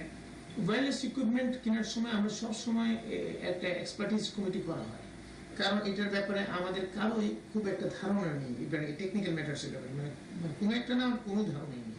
সেই জন্য আমরা করি কি একটা কমিটি করে দিই, এই যে কমিটির মধ্যে এফডিকে আমরা রিকোয়েস্ট করি যাতে তাদের মানে এফডি এয়ারফোর্স থেকে বা আর্মি থেকে তাদের সিগন্যাল ডিপার্টমেন্টের লোকজন 2-3জন রিপ্রেজেন্টেশন আছে। মিস্টার ওইটা আর কি যে involvement of somebody. Yes, involvement of মানে some people আমরা ইচ্ছাকৃত করে দিই যাতে 5-10 জনের ইনভলভমেন্ট থাকলে কেউ করাপশন করতে চাইলেও তার জন্য খুব ডিফিকাল্ট হবে টু ম্যানেজ এভরিবডি। সেই জন্য আর আমাদেরকে ডিপেন্ড করতে হতো এই কমিটির report, technical report. Whatever I wanted to mean যে দ্যাট এই ইকুইপমেন্টগুলো কেনার ব্যাপারে একটু টেন্ডার নিয়ে কারোর সাথে কোনো গন্ডগোল বা যেটা নিয়ে আপনি একটু হাইলাইট করবেন। ওইটা ইয়েস হাইলাইট করছি আমি। এটা হচ্ছে আরেকটা ব্যাপার হচ্ছে, এটা তো করেই দিই আমরা, মানে this is the norms we use to follow. আর আরেকটা ব্যাপার হয়ে গেছে, একটা ঘটনা পার্টিকুলার ঘটনা ঘটেছে, সেটা হচ্ছে মানে একটা পার্টিকুলার মানে ওয়্যারলেস ইকুইপমেন্ট আমরা কিনতেছিলাম বোধহয় পুলিশ জন্য একটা প্রজেক্টে। সেখানে আমরা টেন্ডার কোড করেছি, টেন্ডারে দুটো কোম্পানি বোধহয় পার্টিসিপেট করেছিল, একটা হচ্ছে মোটরোলা কোম্পানি আর একটা হচ্ছে সিঙ্গাপুরের কোম্পানি। মোটরোলা কোম্পানি যেটা প্রাইস দিয়েছিল প্রায় 27 কোটি টাকা, আর আরেকটা কোম্পানি যেটা প্রাইস দিয়েছিল তারটা প্রায় অলমোস্ট 50 কোটি টাকা। মানে এরকম difference, so big difference. But এটাকে পার্সু করছিল আমাদের মানে আরাফাত রহমান কোকো সাহেব, এবং উনি খুব সিরিয়াসলি এটা নিয়ে পার্সু করছিলেন। এবং এই জিনিসটা নিয়ে একদিন তো আমার বাসায় আসলেন রাত্রিবেলা 12:30টার সময় এসে প্রায় 1:30 করে আমার সাথে রীতিমতো খুব খারাপ ব্যবহার করলেন। আমাকে বললেন যে আপনাকে 1 নম্বর হয় টেন্ডারটা আমাকে দিতে হবে, না হলে ক্যান্সেল করতে হবে। আমি বললাম আমি আপনাকে তো দিতে পারবো না, I am sorry, because the price is so big difference and I just cannot do it. This is number one. What was the difference? Almost 23 crore টাকা, অলমোস্ট 23 কোটি টাকা ডিফারেন্স। 23 কোটি টাকা মানে কি অলমোস্ট মানে ডাবলের কাছাকাছি, মানে এটা ইটস নট মানে অলমোস্ট ডাবলের কাছাকাছি। কারণ 50 কোটির ডিলের মধ্যে মানে 25 কোটির মধ্যে 23 কোটির ডিল ডিফারেন্স মানে ইটস বিগ ডিফারেন্স, 90% ডিফারেন্স হয়ে গেছে। তো এখানে আমি তখন তাকে বললাম যে সেকেন্ড পয়েন্ট, উনি বলেন যে তাহলে রিটেন্ডার করেন। আমি বলছি রিটেন্ডার করা আমার পক্ষে সম্ভব না, কারণ আমাদের বাজেট মানে নেক্সট রিটেন্ডার করলেও আমার একটা ফান্ড লেফটেস হবে, এবং আমি যদি রিটেন্ডার করতে যাই এখন আমার যে অফিসাররা আমাকে মিসআন্ডারস্ট্যান্ড করবে, মনে করবে যে স্যার এটা একটা ফেয়ার ডিল, এত ভালো প্রাইস পেয়েছি, এখন আমরা এই রিটেন্ডার করাটা এটা তার মানে কি কোনো দামে কই কালা হয়, এরকম একটা ভাব হয়তো ভাববে। আমি এই কথা বুঝার চেষ্টা করছি তাকে, বাট সে শুনে না, এবং লাস্ট পর্যন্ত নাম করে আপনাকে আমি দেখে নেবো এইভাবে উনি বললাম আমাকে। এটা নিয়ে আবার আমেরিকান এম্বাসি, যেহেতু মোটরোলা কোম্পানির মানে ফ্যাক্টরি ম্যানুফ্যাকচারার হচ্ছে মোটরোলা ম্যানুফ্যাকচার হচ্ছে আমেরিকা, তো ইউএস এম্বাসি থেকে তারাও পার্শ্ব করতো বিভিন্ন সময় ইউএস মানে মোটরোলাকে নিয়ে, এবং ওই টেন্ডার যেদিন ড্রপিং হয় ইউএস এম্বাসি থেকে কমার্শিয়াল কাউন্সিল সেখানে ছিল। তো সেখানে ইউএস এম্বাসির থেকে ওরা দেখে, আমি সে কথা বললাম দেখো এটাকে ইউএস এম্বাসি থেকে অ্যাম্বাসেডার আমাকে চিঠি দিচ্ছে ইতিমধ্যে 1-2 বার 3 বার স্পেসিফিকেশন নিয়ে, এবং আমরা রিপ্লাই করেছি, এবং তারা জানতে চায় এবং প্রত্যেকটা জিনিসে এইটাকে রাখছে। আর এখানে আমি রিটার্নের এখন প্রশ্নই উঠে ইম্পসিবল। বাট এখানে দেখলাম কোকো খুব খেপে গিয়ে তো চলে গেল। আমি পরের দিন ম্যাডাম আমাকে ডাকলেন, এবং ম্যাডাম আমাকে বললেন যে আমি তো বাসায় যেতে পারি না, এখানে তুমি আমার মানে পারিবারিক অশান্তি সৃষ্টি হচ্ছে। বললাম যে আমার কালকে সব জিনিসপত্র ভাঙচুর করছে ইত্যাদি করেছে এই কোকো। তখন বলে যে এখন এই আমি তো আমার একটা সোসাইটিতে এটা কি করা যায় না, আমি শুধু ম্যাডাম কেমনি করবো, যে প্রাইস ডিফারেন্স হচ্ছে 23 কোটি টাকা, 27 কোটি টাকার জিনিসের মধ্যে 23 কোটি টাকা যদি ডিফারেন্স হয়, এই 90% difference, how can I accept it, মানে এটা তো ম্যাডাম সম্ভব না। ম্যাডাম বুঝলেন জিনিসটা, উনি বুঝে চুপ হয়ে গেলেন, আর কোনো কথা বললেন না, বলেননি আমাকে। ম্যাডাম চুপ হয়ে গেলেন, কিন্তু পরবর্তীতে তো আমি আমার মতো এটা প্রস্তাব পাঠিয়ে তো আমি পাঠিয়ে দিলাম, কি বলে পারচেজ কমিটিতে দিয়ে দিছি। তারেক সাহেব কি বলেছিলেন? তারেক সাহেব আমাকে বলেছিলেন, উনি আরেকটা ইস্যুতে বলেছিলেন, এটা না, উনি অন্য আরেকটা ইস্যুতে বলছেন যে বাবা ভাই আমাদের বাসায় তো আপনি একটু ঝগড়া লাগাই দিচ্ছেন, কোকোর কোনো কাজ আপনি করেন না, এবং সে তো আমাদের বাসায় অশান্তি নিয়ে আসছেন, আপনি একটু কোকো কাজগুলো থাকলে একটু করে দিয়ে দেন, কারণ কোকো তো কথা কারো শুনে না, জিনিসপত্র ভাঙচুর করে ইত্যাদি ইত্যাদি, এরকম কথা। মানে সে খুব হাম্বেল হতে আমাকে এই কথা বলেছে। তো পুলিশের ড্রেস করার ব্যাপারেও একটা দুর্নীতি টাইপ হয়েছিল, শোনা গিয়েছিল। এটা কোন কোম্পানি কে কিভাবে করেছিল ছাপ্পা মারা? এটা ইনফ্যাক্ট আমি খুব কিছুই জানি না, কারণ এই দুর্নীতি কতটুকু হয়েছে বা হয়নি আমার খুব নজরে নেই, কিন্তু এটা আমি শুনেছি যে ডান্ডি নাই নাকি কাজটা পেয়েছে, আমি চেক করার সুযোগ আমি চেক করতে চাই নাই। আমরা আসলে কোনো ডিপার্টমেন্টের এইসব জিনিসগুলো যেটা ফাইল আমার কাছে আছে তখন সেটা আমরা দেখি, এছাড়া খুব একটা আমি দেখিও না, আনলেস মানে এইটাকে মানে ইট ডিমান্ডস মাই অ্যাটেনশন। তো আমি এটা সম্বন্ধে জানি না, কিন্তু শুনেছি যে ডান্ডি ডাই নাকি কাজটা পেয়েছে, এবং যে এবং সেটাও নাকি প্রপার টেন্ডারের মধ্যে পেয়েছে, বাট দেয়ার যে অভিযোগ আছে যে এখানে দুর্নীতি হয়েছে, এরকম একটা অভিযোগ আছে। ডান্ডি নাইনটা কার? ডান্ডি ডাইং হচ্ছে সাইদ ইস্কান্দার এবং তারেক রহমান মামুন, এরা পার্টনার ছিলেন, পরবর্তীতে পার্টনার আছেন কিনা আমি জানি। So how could they get? এটা তো যেহেতু তারা রুলিং পার্টিতে আছে, এটা তো তাদের নেওয়াই ঠিক হয় না। এটা তো আপনি তো এথিক্স এর প্রশ্ন নিয়ে এসেছেন, এখন কেউ যদি এথিক্স মানে ভেরি গুড, কেউ যদি না মানে আপনি হাউ ক্যান ইউ ফোর্স হিম? এটা তো নিজস্ব সত্তা থেকে এই এথিক্স মানা হয় না। অস্ত্রগুলোর দুর্নীতিটা কিভাবে হয়েছিল?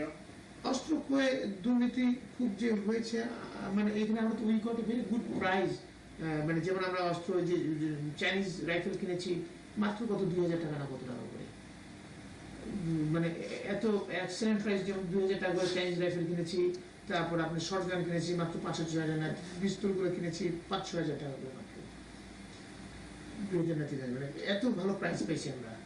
অস্ত্র করে কোথায় দুর্নীতি? Yes, the most of the weapon you bought from the Pakistan. না না না, পাকিস্তান থেকে তো একটা ছোট্ট পাকিস্তান অর্ডিন্যান্স ফ্যাক্টরিতে আপনার পরিদর্শনে গিয়েছিল আপনার স্বরাষ্ট্র সচিব ওমর ফারুক, পাকিস্তানের যেটা কিনেছি এটা খুব ছোট, এবং এখানে প্রতি অস্ত্র প্রতি $100 করে আপনারা পেয়েছেন। এটা পাকিস্তানেরটা আমি মানে যেটা আমি জানি এটা হচ্ছে র্যাবের পারচেজ, এটা একটা ছোট্ট পারচেজ, মাত্র আপনার কত 500 পিস বা এরকম বা কিছু হবে।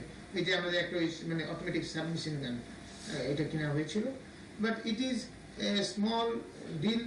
আমি আমার ঠিক জানা নাই আদৌ এখানে $100 করে কেউ নিয়েছে কিনা, আমি খুব একটা নজরও জানি না, এটাতে আমার I don't have much knowledge about it. ওয়ালটেল সম্বন্ধে কিছু বলবেন? হ্যাঁ বলবো। ইয়েস।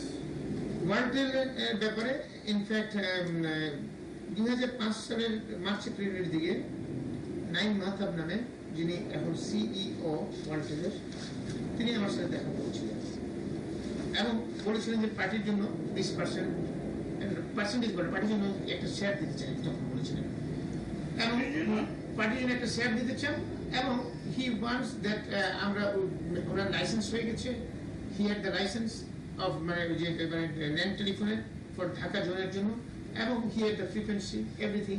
অনলি কিছু কিছু কাজ আগায় নিয়ে যাচ্ছে, আর কাজগুলো আগাতে পারছে না, যাতে একটা গভর্নমেন্টের বা পার্টির যদি একটা সাপোর্ট থাকে তাহলে কাজটাকে দ্রুত আগাইতে পারবে এবং করতে পারবে, ইত্যাদি ইত্যাদি। তো আমি খুব একটা অ্যাটেনশন দিই না, আমি দেখেন আই এম নট ইন্টারেস্টেড, এবং আমাকে বাদ দেন। তো উনি, আমি ওনাকে এইভাবে বলে বিদায় করে দিয়েছি।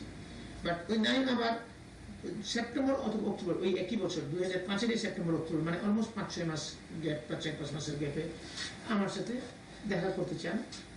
কি বলে, আমার এক বন্ধু আছে সিঙ্গাপুরে থাকে, নাম হচ্ছে বাদল সাহেব, তিনি আমাকে ফোন করলেন কয়েকবার, যে বাবুল ভাই নাইম, আমি বলছি, দেখো নাইম আসবে যে এই কথা বলতে চাই, আমার খুব ইন্টারেস্ট নাই, আর ইসের মধ্যে আমি কথা বলতে চাই না। তখন উনি বলে যে ভাবে একবার দেখা করেন। তখন আমি এক ক্লাস রাজি হলাম, বারবার ফোন করে আমাকে। তো রাজি হলে তখন নাইম আমার বাসায় আসলো, এবং বাসায় আসলে তখন আমি নাইমকে শুনলাম। তো সে দুটো জিনিসই আমাকে এমফেসাইজ করলো। একটা হচ্ছে যে উনি high profitability of the business, আরেকটা হচ্ছে যে আপনার এইখানে যে শেয়ার, সেদিন শেয়ারটা আমি শুনেছি যে পার্সেন্টেজ বলেছি 20%-এর কথা, 20% শেয়ার আমি দিতে চাই ফর দ্য পার্টি, এবং হাই প্রফিটেবিলিটি এসে এখানে সব কাজে আছে, একটু আমাদেরকে পুশ করলেই আমরা টেক অফ করতে পারি। তখন আমি একটু এনকারেজ ফিল করলাম এই কারণে, কারণ তারেক সাহেব আমাকে বলতেছেন আমাদের একটা পার্টির একটা রেগুলার ইনকাম একটা দরকার, যেটাতে 1-2 কোটি টাকা বা 3 কোটি টাকা মান্থলি ইনকাম আছে, যে এরকম একটা কিছু যদি থাকতো তাহলে আমাদের চাঁদা নিতে হয় না, এরকম একটা কথা তারেক সাহেব আমাকে আগে বলেছিলেন। তো আমি তখন নাইমকে বললাম যে ঠিক আছে, যেহেতু পার্টির জন্য বলছেন, আমি তো in that case I need to talk with the madam and Tarique Rahman both, without having discussion with them I can't say you anything. তখন উনি বলল ঠিক আছে, আমরা কথা বলি। তো আমি তারেক সাহেবকে গেলাম, ওনাকে বোঝালাম, উনি শুনলেন। শোনার পরে I found him he was so encourage, এবং উনি ইন্টারেস্টেড শো করলেন, এবং উনি তারেক সাহেব। তখন উনি এটা শুনে আমাকে বললেন যে আপনি আম্মুর সাথে কথা বলেন, একটু কথা বলে এটা আগাতে পারেন, তবে একটু শেয়ারটা একটু বাড়িয়ে নেওয়া যায় কিনা, 20% না আর একটু বাড়াতে পারেন কিনা। আমি বলছি ঠিক আছে, আমি দেখবো। তো আমি ম্যাডামের সাথে কথা বললাম, তারেক সাহেবের কথাও বললাম ম্যাডামকে যে ম্যাডাম তারেক সাহেব এই কথা বলছেন, এবং এইটা এই ম্যাডামও ইন্টারেস্ট শুরু করে ঠিক আছে করো। ম্যাডাম আবার একটা অন্য কথা বলেন যে ওইটা ডকুমেন্টেডটা যেটা প্রপারলি থাকে, ঠিক আছে সেটা আমি দেখি। তো I have got the clearance from Tarique and madam both.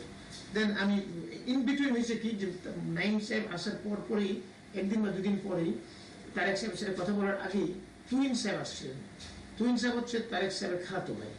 Tuhin সাহেব এসে আমাকে বললেন, সে বোধহয় কারো কাছে শুনছে যে নাইম আমার কাছে আসছে, সে আমাকে জিজ্ঞেস করলো যে বাবু ভাই, আমি তো অনেকদিন থেকে এই ওয়ালটারের সাথে কাজ করছি, এখানে আপনি কি ইনভলভ হয়েছেন বা আপনার কাছে কি নাইম আসছিল? সে নাইম আসছিল, আমি ইনভলভ এখনো বলা যাবে না, আমি ম্যাডাম এবং তারেক সাহেবের সাথে কথা বলা ছাড়া এটার ব্যাপারে আমি হ্যাঁ বা না আমি কিছুই বলতে পারবো না।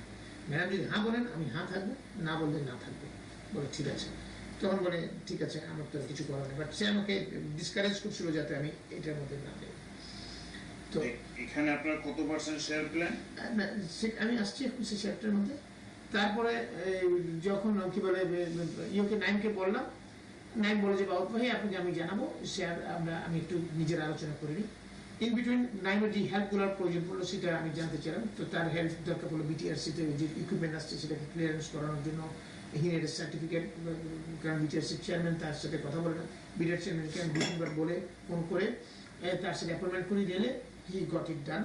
তারপর আরজিএসসিতে সমস্যা ছিল সেটা আমি করে দিলাম। তারপর তার সমস্যা ছিল, 2টা কেস হয়েছিল, তাদের একটা রাইভাল গ্রুপ আছে তার এগেনস্টে আমজাদ খানের সাথে। আমজাদ খান একটা চিঠি দিয়েছিল, সেই চিঠিটার মধ্যে আমি ইনকোয়ার অ্যান্ড রিপোর্ট আমি লিখে দিয়েছিলাম। আমজাদ খানটাকে? আমজাদ খান হচ্ছে নাইমের সাথে আগে একসাথেই ছিল, পরে এরা তার এগেনস্টে চলে গেল, দুজন রাইভাল হয়ে গেল। পরে আপনি কাজগুলো করে দিয়েছেন? এইগুলো কাজগুলোকে মোটামুটি করে দিয়েছি, এবং এখানে বিটিডিবি ইন্টারকনেকশন করে দিয়েছি। Barkatullah Bulu came into being. Barkatullah বুলুকে যেহেতু আরজিএসসি হচ্ছে under the ministry of commerce and he is the adviser to ministry of commerce, সেই জন্য বরকতুল্লাহ বুলুকে আমি একবার ফোন করেছিলাম যে এটাকে করা যায় কিনা, আর নাইম মাতাবের সাথে আলাদাভাবে ইনভলভ আছে কিনা that I really don't know. তো এখন এটা যেমন কাজগুলো অনেক এগিয়ে গেছে, তখন নাইম আরেকদিন এসে বলে বাবু আপনি শেয়ার কথা বলছেন, আপনি এত খাটাখাটি করছেন, আপনাকে আমি একটু পার্সেন্টেজ শেয়ার দিতে চাই, পার্টির জন্য আরো 2-3% আমি বাড়িয়ে দিচ্ছি, আপনাকে আমি দিচ্ছি 3-4% না কত পার্সেন্ট বলবো। তখন আমি বললাম যে দিচ্ছেন যখন এত এত ইয়ে দেবেন কেন, আরো একটু বাড়ানো যায় কিনা, আমারটা কথা বললাম। তখন সে আমারটা আর একটু বাড়িয়ে দিতে এগ্রি করলো, এবং সেটাকে বাড়িয়ে বোধহয় 6-7% আমাকে দিচ্ছে, আর পার্টিকে টোটাল বোধহয় 30%-এর মতো দেওয়া হয়েছে। এটাকে ডকুমেন্ট করা হয়েছে সিঙ্গাপুর একটা কোম্পানির সাথে, যে এটাকে প্রপারলি ডকুমেন্ট করা হয়েছে, প্রপারলি লয়ার রেখে, যাতে সিঙ্গাপুরের একটা কোম্পানির মাধ্যমে এটা ডকুমেন্টেড করা আর আপনার বন্ধু মাহাতাব সাহেব কত পার্সেন্ট শেয়ার কিনেছে, কত টাকা? এখানে আর এখানে এক পর্যায়ে নাইম ওয়াজ suffering from seriously financial crisis, এবং সেই ফাইন্যান্সিয়াল ক্রাইসিসে এক পর্যায়ে সে আমার কাছ থেকে লোন নিয়েছে। আমার ওই যে আমাদের অনেকগুলো সিস্টার কোম্পানি আছে, সেই সিস্টার কোম্পানি থেকে আমি বলে দিয়েছিলাম আমার ভাইকে যেতে 1 কোটি টাকা সে চাচ্ছিল, সেই লোনটা আমরা দিয়েছিলাম। সেটা এখানে কি স্যার যে যেমন এই ওয়ালটেলটা তো পারমিশন পেয়েছিল আওয়ামী লীগ গভর্নমেন্টের সময়, জি, তারপরে দীর্ঘদিন কেন এটা পড়েছিল? তা আমি কিছুই জানি না। তো যখন জানেন না, এই সেপ্টেম্বর অক্টোবর 2005 এসে যখন নঈম মেহতাব এসে আপনার সাথে যোগাযোগ করলো, ডিড ইউ ইনকোয়ার দ্যাট এটার ভিতরে কি সমস্যাটা আছে? আমি ডিটেইলে যাই নাই, তার সমস্যাটা শুনেছি এবং what I did, I made a call to Hassan Arif, the ex-attorney general, because আমি নাইমকে জিজ্ঞেস করছিলাম who is your lawyer? Naim বলল যে my lawyer is Hassan Arif. And Hassan Arif, he worked with me, we worked together in Home Ministry, বিভিন্ন কাজে attorney general নিয়ে আসতেন। আমি ব্যক্তিগতভাবে Did you find out that what was the problem? ওই প্রবলেমটা আমি ফাইন্ড আউট করতে পারিনি। But illegally you tried to help Mr. Noim, যেখানে আপনি জয়েন্ট স্টক এক্সচেঞ্জে লোকজন সরাই ফেলছেন, চেঞ্জ করেছেন, দেন ইনফ্লুয়েন্স খাটিয়েছেন যেটা ওদের ফেভারে যাওয়ার জন্য। ওয়ারাজ মিস্টার আমজাদ একটা কেস করেছিল, তো সেই কেসের যে কোয়ারি সেটা না গিয়ে কিভাবে তাকে হ্যারাস করা যায় সেই জিনিসটা পন্থা নিয়ে আপনার একটা মডেল অপারেন্ডে আপনার অফিসার সেটা সাইন করেছে। তো এটা কি ঠিক হয়েছিল? না, ওইটা তো মোটেও ঠিক হয়নি যেভাবে করেছে। That I agree with you, because আমি এটা দেখেছি সেদিন, এবং দেখে তো আই এম শকড যে বাদীর কমপ্লেইন না করে বাদীকে এগেইনস্টে কোয়ারি রেডি করেছে। সুতরাং এখানে জিনিসটা ফেয়ার হয় নাই। যেমন আপনারা সাব্বির হত্যা মামলায় পরে আপনারা টাকা নিয়েছেন, ওয়ালটেলের এক পার্টি, 2 জন পার্টি ছিল, এক পার্টির উপরে আপনারা একতরফাভাবে ডিসিশন নিয়ে কাজ করার চেষ্টা করেছেন এবং সেখান থেকে আপনারা শেয়ার নিয়েছেন। অর্থাৎ আপনাদের ইন্টেনশনই হলো যে পার্টির জন্য, ব্যক্তির জন্য, স্বার্থের জন্য টাকা লাগবে, সেক্ষেত্রে দেশ বা জাতি যেখানেই যাক, এটাই তো প্রমাণ পাচ্ছে। ওইটা মানে মানে এক সেন্স আপনি বলতে পারেন, বাট আরেক সেন্সে সেটা মানে পুরোপুরিভাবে মানে এই কথাটা প্রপার কতটুকু হবে সেটা আমি ইয়ে করতে চাই যে এক্স্যাক্টলি তা না, বাট মানে এখানে দুর্নীতি তো আছেই, সেটা আমি একমত হব, সেটার সাথে আমি দ্বিমত করছি না, I am not differing with you, but হওয়া উচিত হয় না। Let me confess this one. Warid telecom, যেটা হলো ভাবি গ্রুপ অফ দুবাই, এটা একটু সুন্দরভাবে অল্প কথায় সুন্দরভাবে বলেন। এটা হচ্ছে আপনার দীর্ঘদিন থেকেই এই ধাবি গ্রুপ এনেছে হচ্ছে আমাদের রবি সাহেব, এবং রবি সাহেব কোকুকে ইনভলভ করেছে। তো রবি কোকু ওয়াজ দ্য এজেন্ট, আরেকদিকে এজেন্ট ছিল নাসির রহমান। তারা কাজ করছিল, কিন্তু ধাবি গ্রুপের সাথে সমস্যাটা মানে তারা চেষ্টা করতে নেগোসিয়েট করতেছিল বিটিআরসির সাথে, যাতে মানে জলদি বিটিআরসিও চাচ্ছে মতো একটা টেন্ডার করবে, টেন্ডারে একটা মানে মোবাইল নতুন অপারেটর কোম্পানি দিবে, মানে লাইসেন্স দিবে। তো এখন বিটিআরসির চেয়ারম্যান ওমর ফারুক ছিলেন, উনি এই চাচ্ছেন যে যে এই আমরা লাইসেন্সকে কোনো ফিজ নেওয়া হয় না, আগে যে গ্রামীণ তারপর হচ্ছে সেবা, এটা আমরা জানি। এখন আপনি শুধু বলবেন এটার ভিতরে কোথায় কি দুর্নীতিটা হয়েছে, কোথায় কে কতটুকু পেয়েছে। দুর্নীতিটা তো হয়েছে আপনার এখানে টোটাল $15 মিলিয়ন তারা দিয়েছে। এই টাকাগুলো কিভাবে কে কত নিয়েছেন আপনারা? এখানে $15 মিলিয়ন মধ্যে প্রথমে এখানে ফার্স্ট অফ অল নবী সাহেবকে এবং আমাকে $1 মিলিয়ন দিয়েছেন। আমি let me start from my side. তারপর দ্বিতীয়ত, এবং আপনারটা কোথায় গেল টাকা? আমারটা সিঙ্গাপুরে গেল, এবং সেখান থেকে সিঙ্গাপুরে কার অ্যাকাউন্টে? সিঙ্গাপুরে একটা কোম্পানি অ্যাকাউন্টে আমি নিয়ে এসেছি। এই কোম্পানিটা কার? কোম্পানিটার মালিক, এটা is limited, private limited company, এবং এখানে মালিকানা 5-7 জন আছে। এবং কে কে আছে? নাম আমি সবার নাম জানি না। আপনার কত পার্সেন্ট আছে? এখানে আমার কোনো পার্সেন্টেজ নেই, আমার ভাইয়ের পার্সেন্টেজ আছে এই কোম্পানিতে। মানে আপনার ভাইটাই আপনার? হ্যাঁ, ভাইটাই আমার। আচ্ছা আচ্ছা, তো এখন সেখানে নিয়ে আসা হয়েছিল। তো সেই কোম্পানিতে এখন বোধহয় $4.5 লাখ না কত ডলার আছে, যেটা আমরা এগ্রি করেছি টু দিতে ইউ। আর থার্ডলি আসতেছে আপনার এখানে যে আপনার কোকো নিয়েছে ঢিলা করার জন্য, কেনার জন্য $1.5 million প্লাস মাইনাস। তারপর লবি ভাইয়ের অ্যাকাউন্টে এসছে 25 কোটি টাকা প্লাস মাইনাস। তারপর 20 কোটি টাকা ম্যাডাম আমাকে বলছেন, ম্যাডাম আমাকে বললেন যে তুমি এইখানে পুরো টাকাটা এক লবির এখানে না যায়, যাতে তুমিও কিছু এখানে এনে রাখতে পারো কিনা দেখো। তখন আমি বললাম যে ঠিক আছে দেখি। তারপর 2-3 বার বলার পর আমি এগ্রি করলাম, করে ওইখানে 20 কোটি টাকা মানে আমার তত্ত্বাবধানে ওই যে আমাদের বিভিন্ন সিস্টার কোম্পানি যেগুলোর মধ্যে ফাইট মানি ডিক্লেয়ার করা আছে তার ভিতরে আমরা ঢুকিয়ে দিয়েছিলাম। এফডিআর ফর্মে বিভিন্ন ফর্মে এই টাকাগুলো ছিল। অ্যাকচুয়ালি টাকাটা কার? টাকাটা হচ্ছে তো ওইটা ভারত টেলিকমের থেকে।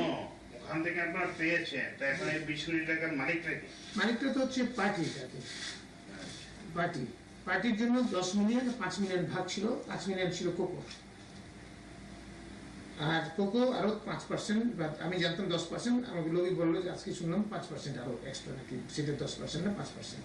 তো এনিওয়ে যাই শেয়ার তো পাইনি, $15 মিলিয়ন এর মধ্যে আমি 15 মিলিয়ন টোটাল ডলারটার আমি মানে ভাগগুলো দিচ্ছি, যে 25 কোটি লবির এখানে প্লাস মাইনাস, 20 কোটি আবার এখানে প্লাস মাইনাস, আমার এখানে 1 মিলিয়ন লবির এখানে 1 মিলিয়ন, 2 মিলিয়ন কোকো সিঙ্গাপুরে 2টা অ্যাকাউন্ট আর একটা হংকং অ্যাকাউন্টের মধ্যে সব মিলাই July another 2 million plus minus গিয়েছে। আর ওইখানে আরো কিছু টাকা হয়তো যে সিঙ্গাপুরে মানে সরি সিঙ্গাপুরে মানে আবুধাবিতে যে ভদ্রলোক হ্যান্ডেল করেছেন তার এখানে কিছু টাকা বোধহয় আছে আমার জানা। কোথায়? আবুধাবিতে। আচ্ছা, আর তা ওই যে কে কোথায় কত টাকা নিল, কি করলো, ক্লিয়ারলি বলেন। বাড়ি ঘর? ও ভিলা কিনছে কোকো, একটা $1.5 মিলিয়ন নিছে, কিন্তু $1 মিলিয়ন একটা ভিলা কিনেছে কোকো লবির ছেলের নামে। লবির ছেলের নামে 1 মিলিয়ন দিয়ে একটা ভিলা কিনেছে, আর সে তো 2 মিলিয়ন নিয়ে আসছে তার হংকং সিঙ্গাপুর অ্যাকাউন্টগুলোতে। আর হচ্ছে ওই যে 20 কোটি 25 কোটি আর আমরা 2 মিলিয়ন, এইটাই তো, এগুলাই। আর ব্যালেন্স টাকাটা তুলে গেছে। কোথায় রয়ে গেছে? ওই আবুধাবিতে। এখন what to do with that? ওইটাকে আনার ব্যবস্থা করতে হবে।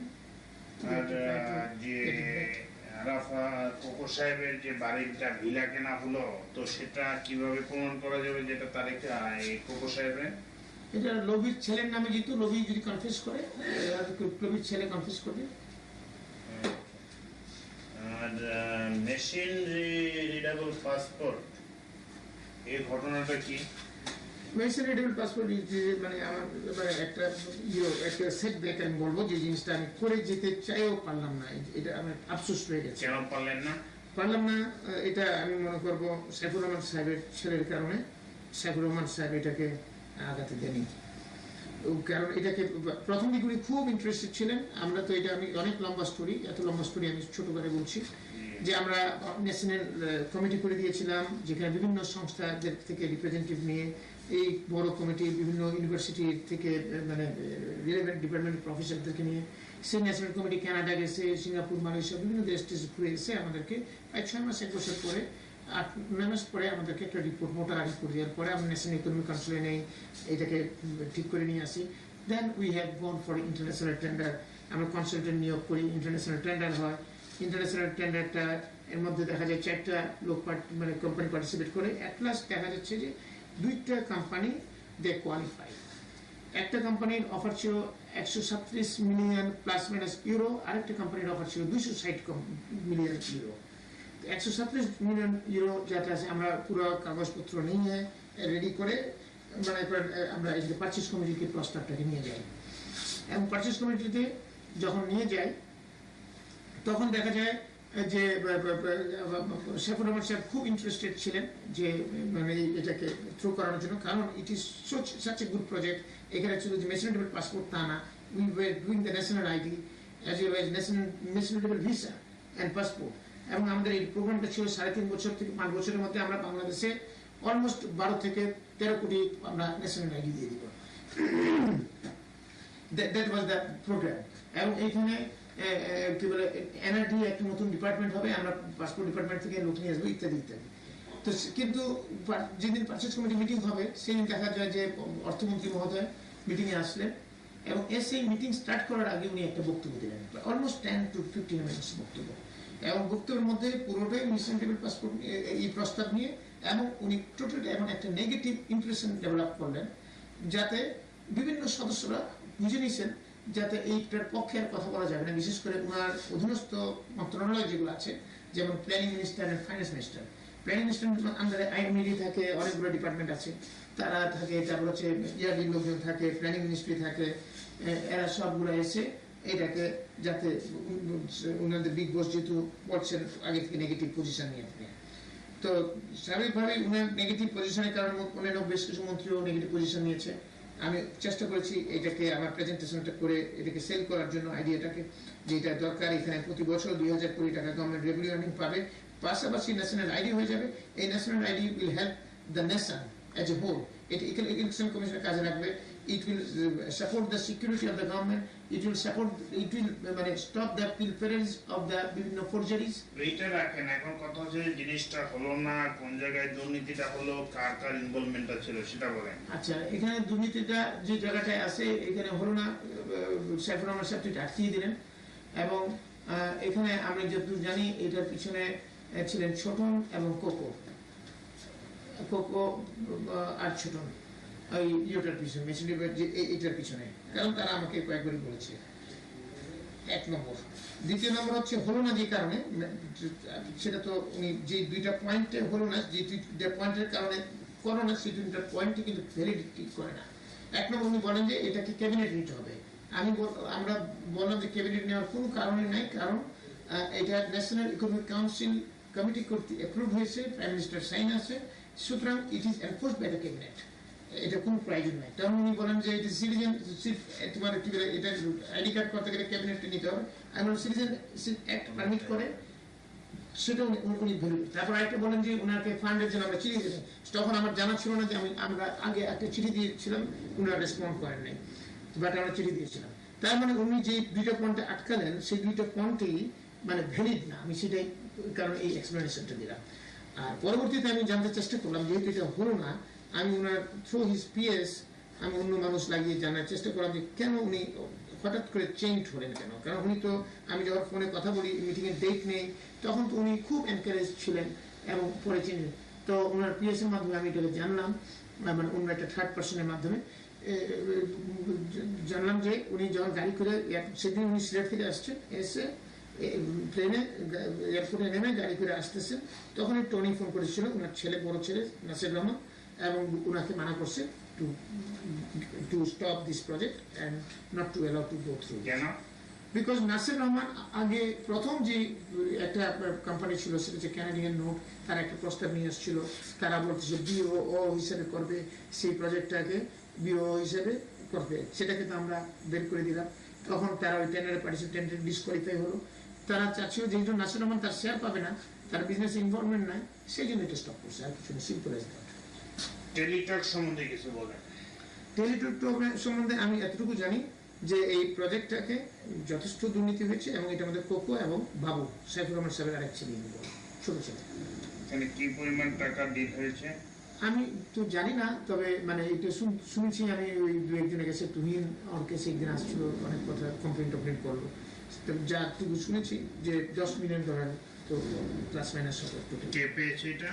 এই যে কোকো এবং তুহিন, সরি তুহিন তো না, কি বাবু, এটা তারা পেয়েছে। মানে এরকমই একটা কিছু হবে। বাট প্রত্যেকটা ক্ষেত্রে দেখা যাচ্ছে যে টেলিকমিউনিকেশনের বিষয়ে এখানে আমিনুল হক সাহেবের কোনো ইনভলভমেন্ট ছিল না এই টেলিটকে। আমিনুল হক সাহেবের ইনভলভমেন্ট তো এটা, ওনারই ইনভলভমেন্ট এটা, এবং এখানে আমিনুল হক সাহেবও পাইছেন, মানে এটার মধ্যে his also covered within this. কি পরিমাণ পেয়েছে আমি জানি না সেটা। তো সেই ক্ষেত্রে দেখা যাচ্ছে যে স্যার আপনার স্বরাষ্ট্র প্রতিমন্ত্রী, কিন্তু আপনার ইনভলভমেন্ট হলো এই টেলিকমিউনিকেশনের প্রত্যেকটা ক্ষেত্রে। না, এটার মধ্যে টেলিটকে তো আমার ইনভলভমেন্ট নাই তো।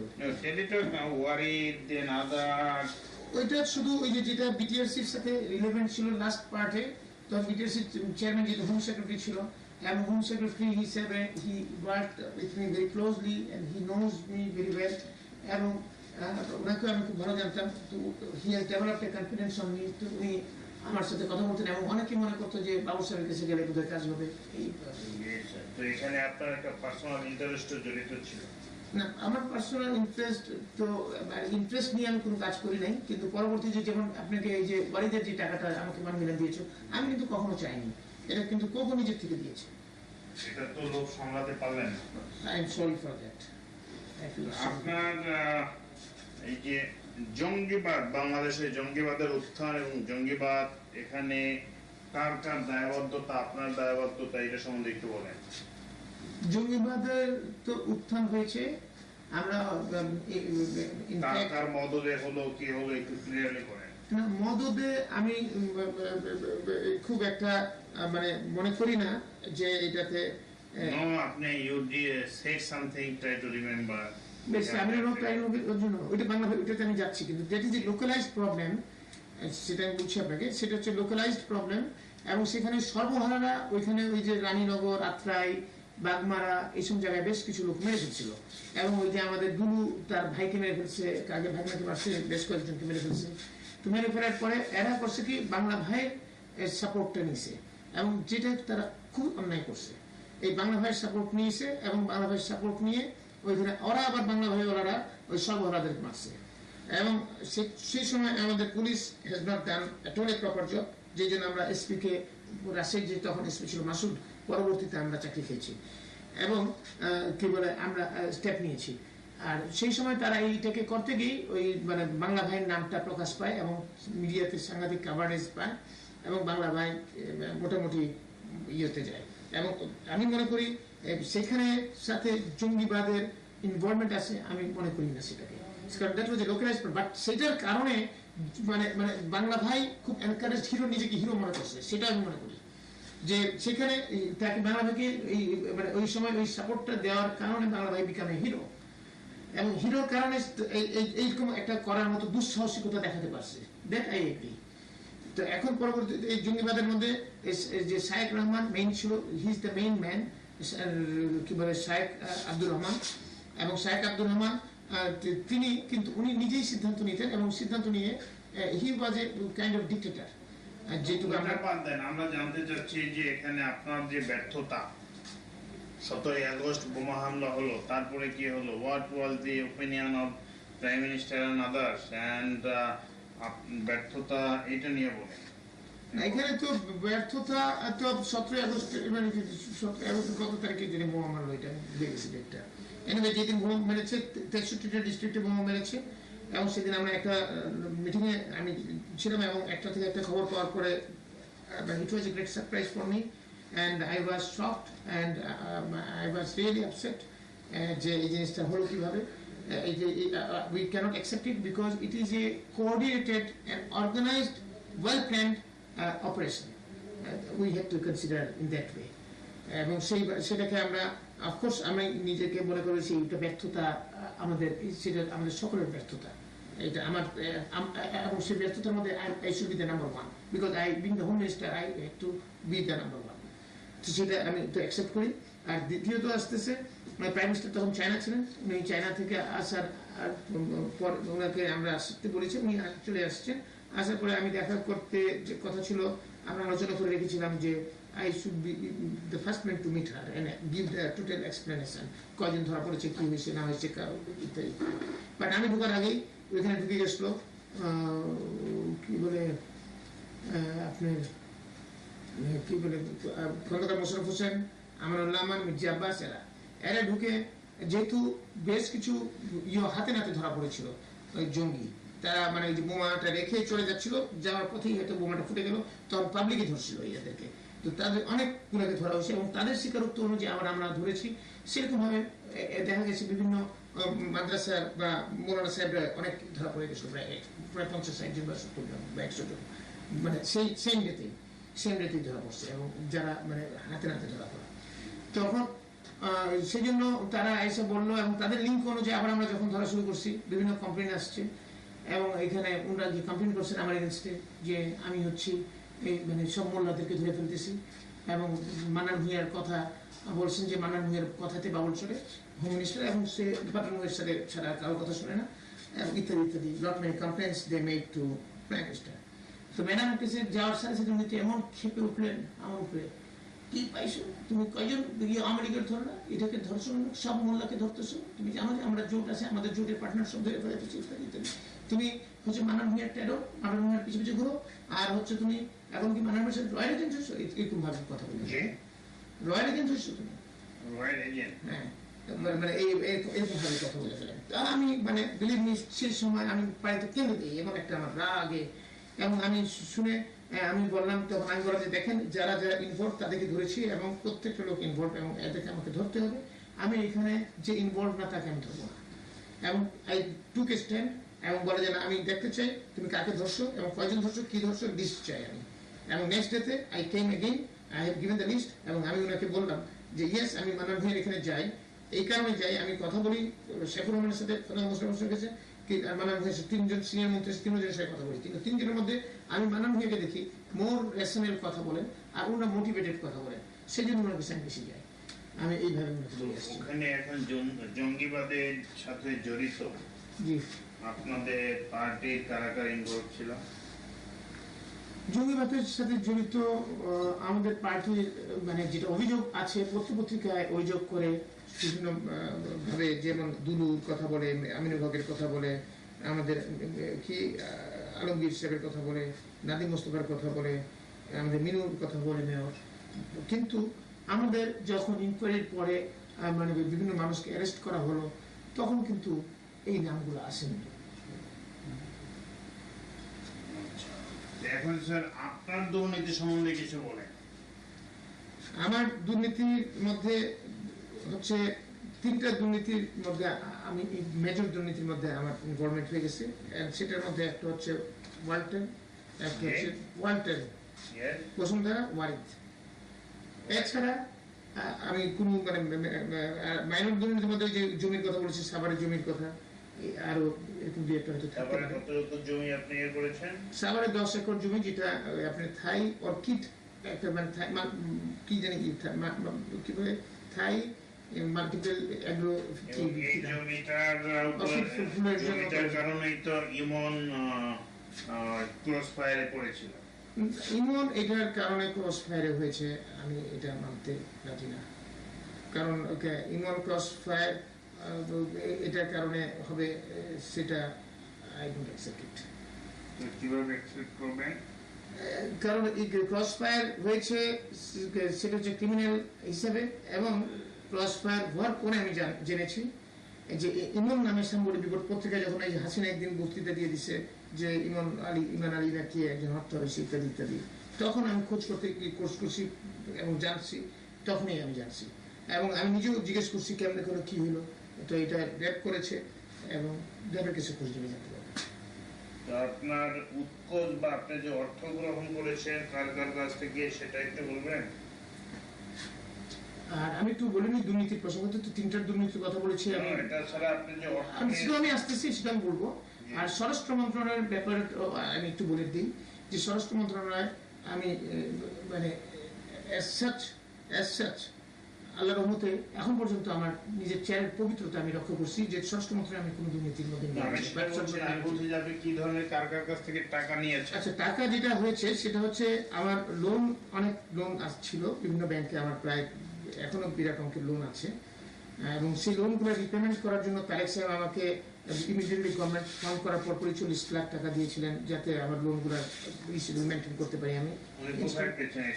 উনি তো পার্টির টাকা থেকে দিয়েছেন, ওই যে আমাদের ইলেকশনের টাকা বেঁচেছিল কিছু, সেখান থেকে দিয়ে দিয়েছিলেন, এমন আমি জানি না, বাট আমার মনে হয় সেটা। আচ্ছা, সেখানে গেল এটা। তার পরবর্তীতে আমার আরো অনেক টাকা লাগলো, কারণ আমি ডিস্ট্রিবিউট করলাম, ডিস্ট্রিবিউটের জন্য প্রায় হিউজ টাকা, কারণ একটা ডিস্ট্রিবিউটমেন্টের জন্য ডাউন পেমেন্ট লাগে 10%, প্রায় 80 লাখ টাকা, 70 লাখ টাকা, 60 লাখ টাকা, আবার অনেকে ডাউন পেমেন্ট বাড়াই দিয়েছে 10% বেশিও নেই। সেই জন্য এটা বেড়ে গেছে, বেড়ে যাওয়ার কারণে আপনার তখন তারেক সাহেব বলে দিয়েছিলেন অবেদুল করিমকে একটু, তখন অবেদুল করিম আমাকে বিভিন্ন ধাপে ধাপে একবারে টাকা দেয়, প্রায় 2.5 কোটি টাকার মতো অবেদুল করিম সাহেব দিয়েছেন। আর তারপরে খোকা ভাইয়ের কাছ থেকে নিয়েছি 50 লাখ টাকা, আমাদের ইস্যুটির উপর পেমেন্ট করতে হয়, পেমেন্ট করার জন্য খোকা ভাই দিলেন 50 লাখ টাকা।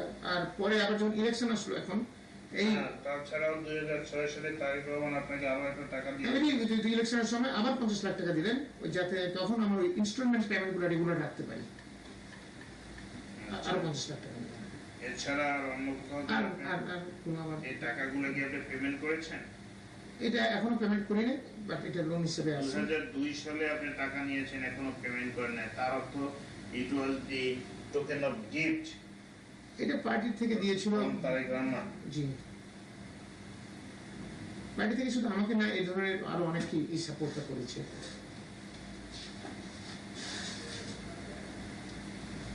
কুয়েতে আপনি একটা ভ্রমণ করেছিলেন। কুয়েতে? হুম। I have never been to Kuwait. কুয়েতে আপনার ওকে। দেন পার্টি যে আপনি একটা কথা বলতেছিলেন যে পার্টির ইলেকশন ফান্ড আর পার্টি ফান্ড বিদেশ থেকে কিছু সংগৃহীত হয়েছিল, এটা সম্বন্ধে কিছু বলবেন? এটা না বললে ভালো না, এটা রেকর্ড থাকা উচিত না। না, একটু বলেন, আমরা শুনি। এটা মানে এটা তো state No, it should not go anywhere. মানে আমি মানে একটু তাহলে কেয়ারফুলি বলি, যাতে কারণ স্টেট লেভেলের দ্বিপাক্ষিক সম্পর্ক নষ্ট হতে পারে, এই জন্য আমার মনে হয় এই জিনিসটা একটু কেয়ারফুলি বলা উচিত। এটা আমাকে আমি কমন ফ্রেন্ড অফ মাইন্ড, এবং মানে কমন মানে আমার ফ্রেন্ড মানে senior and who is also মানে quite close to doctor Kamal Siddiqui. তো ডাক্তার কামাল সিদ্দিকী খুব খেপে টেপে রয়েছেন, এবং তখন উনি বলতেছিলেন যে কত টাকা লাগে পার্টির, এই পার্টির জন্য কুয়েতের কাছেও টাকা চায়, সৌদি আরবে টাকা চাইছে, পাকিস্তানের কাছ থেকেও টাকা চাইছে, এবং টাকা নিছেও, এবং ইত্যাদি ইত্যাদি ইত্যাদি এগুলো কথা বলছেন। উনি খুব খেপে টেপে এই কথাগুলো বলতেছেন। কি পরিমাণ টাকা থেকে এসছে? আসছে কত আমি জানি না, কিন্তু ওই যে ওই কামাল সিদ্দিকের ভাষায় 3 দেশ থেকে প্রায় 300 মতো। টাকাটা কার কাছে আছে? টাকাটা কার কাছে আছে একজ্যাক্টলি তো আর বলতে পারবো না।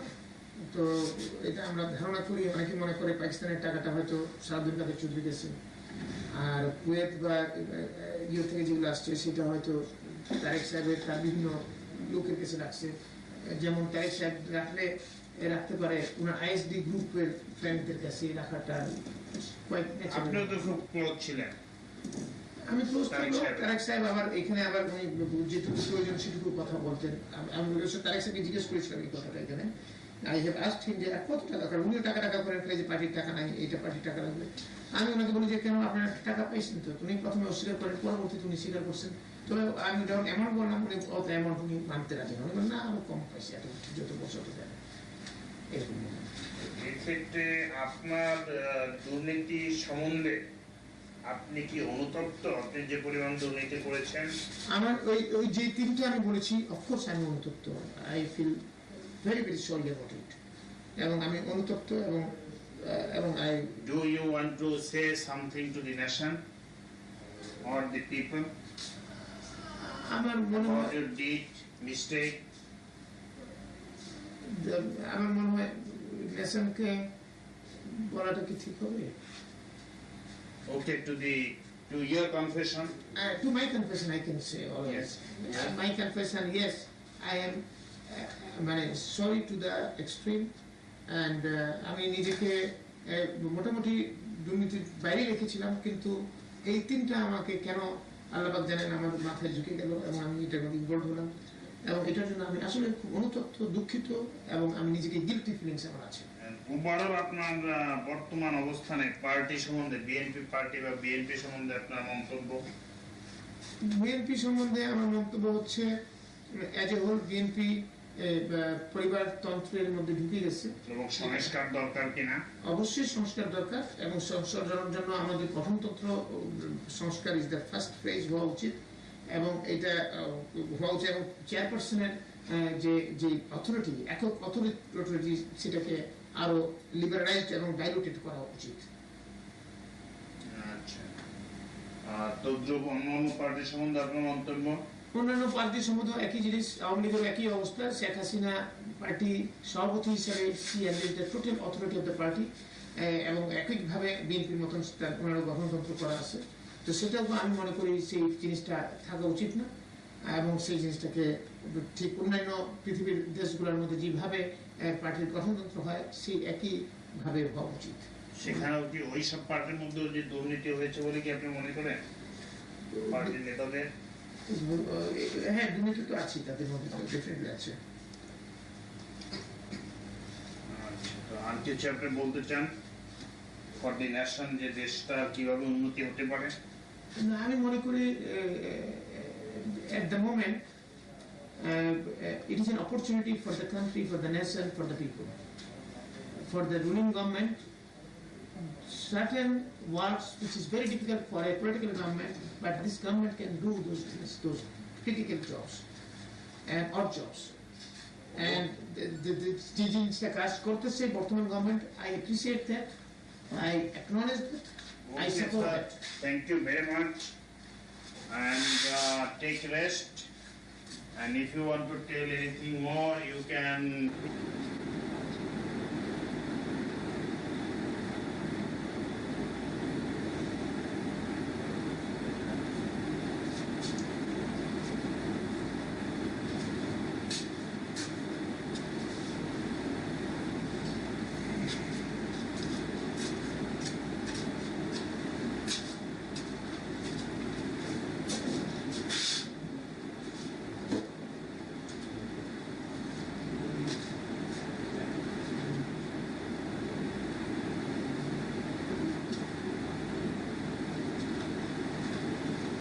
Sir, জি, তো সাইফুর রহমান সম্বন্ধে কিছু বলেন দেখি। সাইফুর রহমান সাহেবের 500 একর জমি উনি সিলেটে অথবা মৌলভীবাজারে এটাকে নামমাত্র মূল্যে উনি লিজ নিয়ে নিয়েছেন, ওরা টি গার্ডেন করার জন্য। আর আর হচ্ছে ওনার ছেলে বাবু আছে, সেই বাবু একটা সিএনএফ এজেন্সি আছে, যে সিএনএফ এজেন্সি ব্যবসা করতো বিভিন্ন খান থেকে, সে ব্যবসা উনি অ্যাপ্রোচ করছে এবং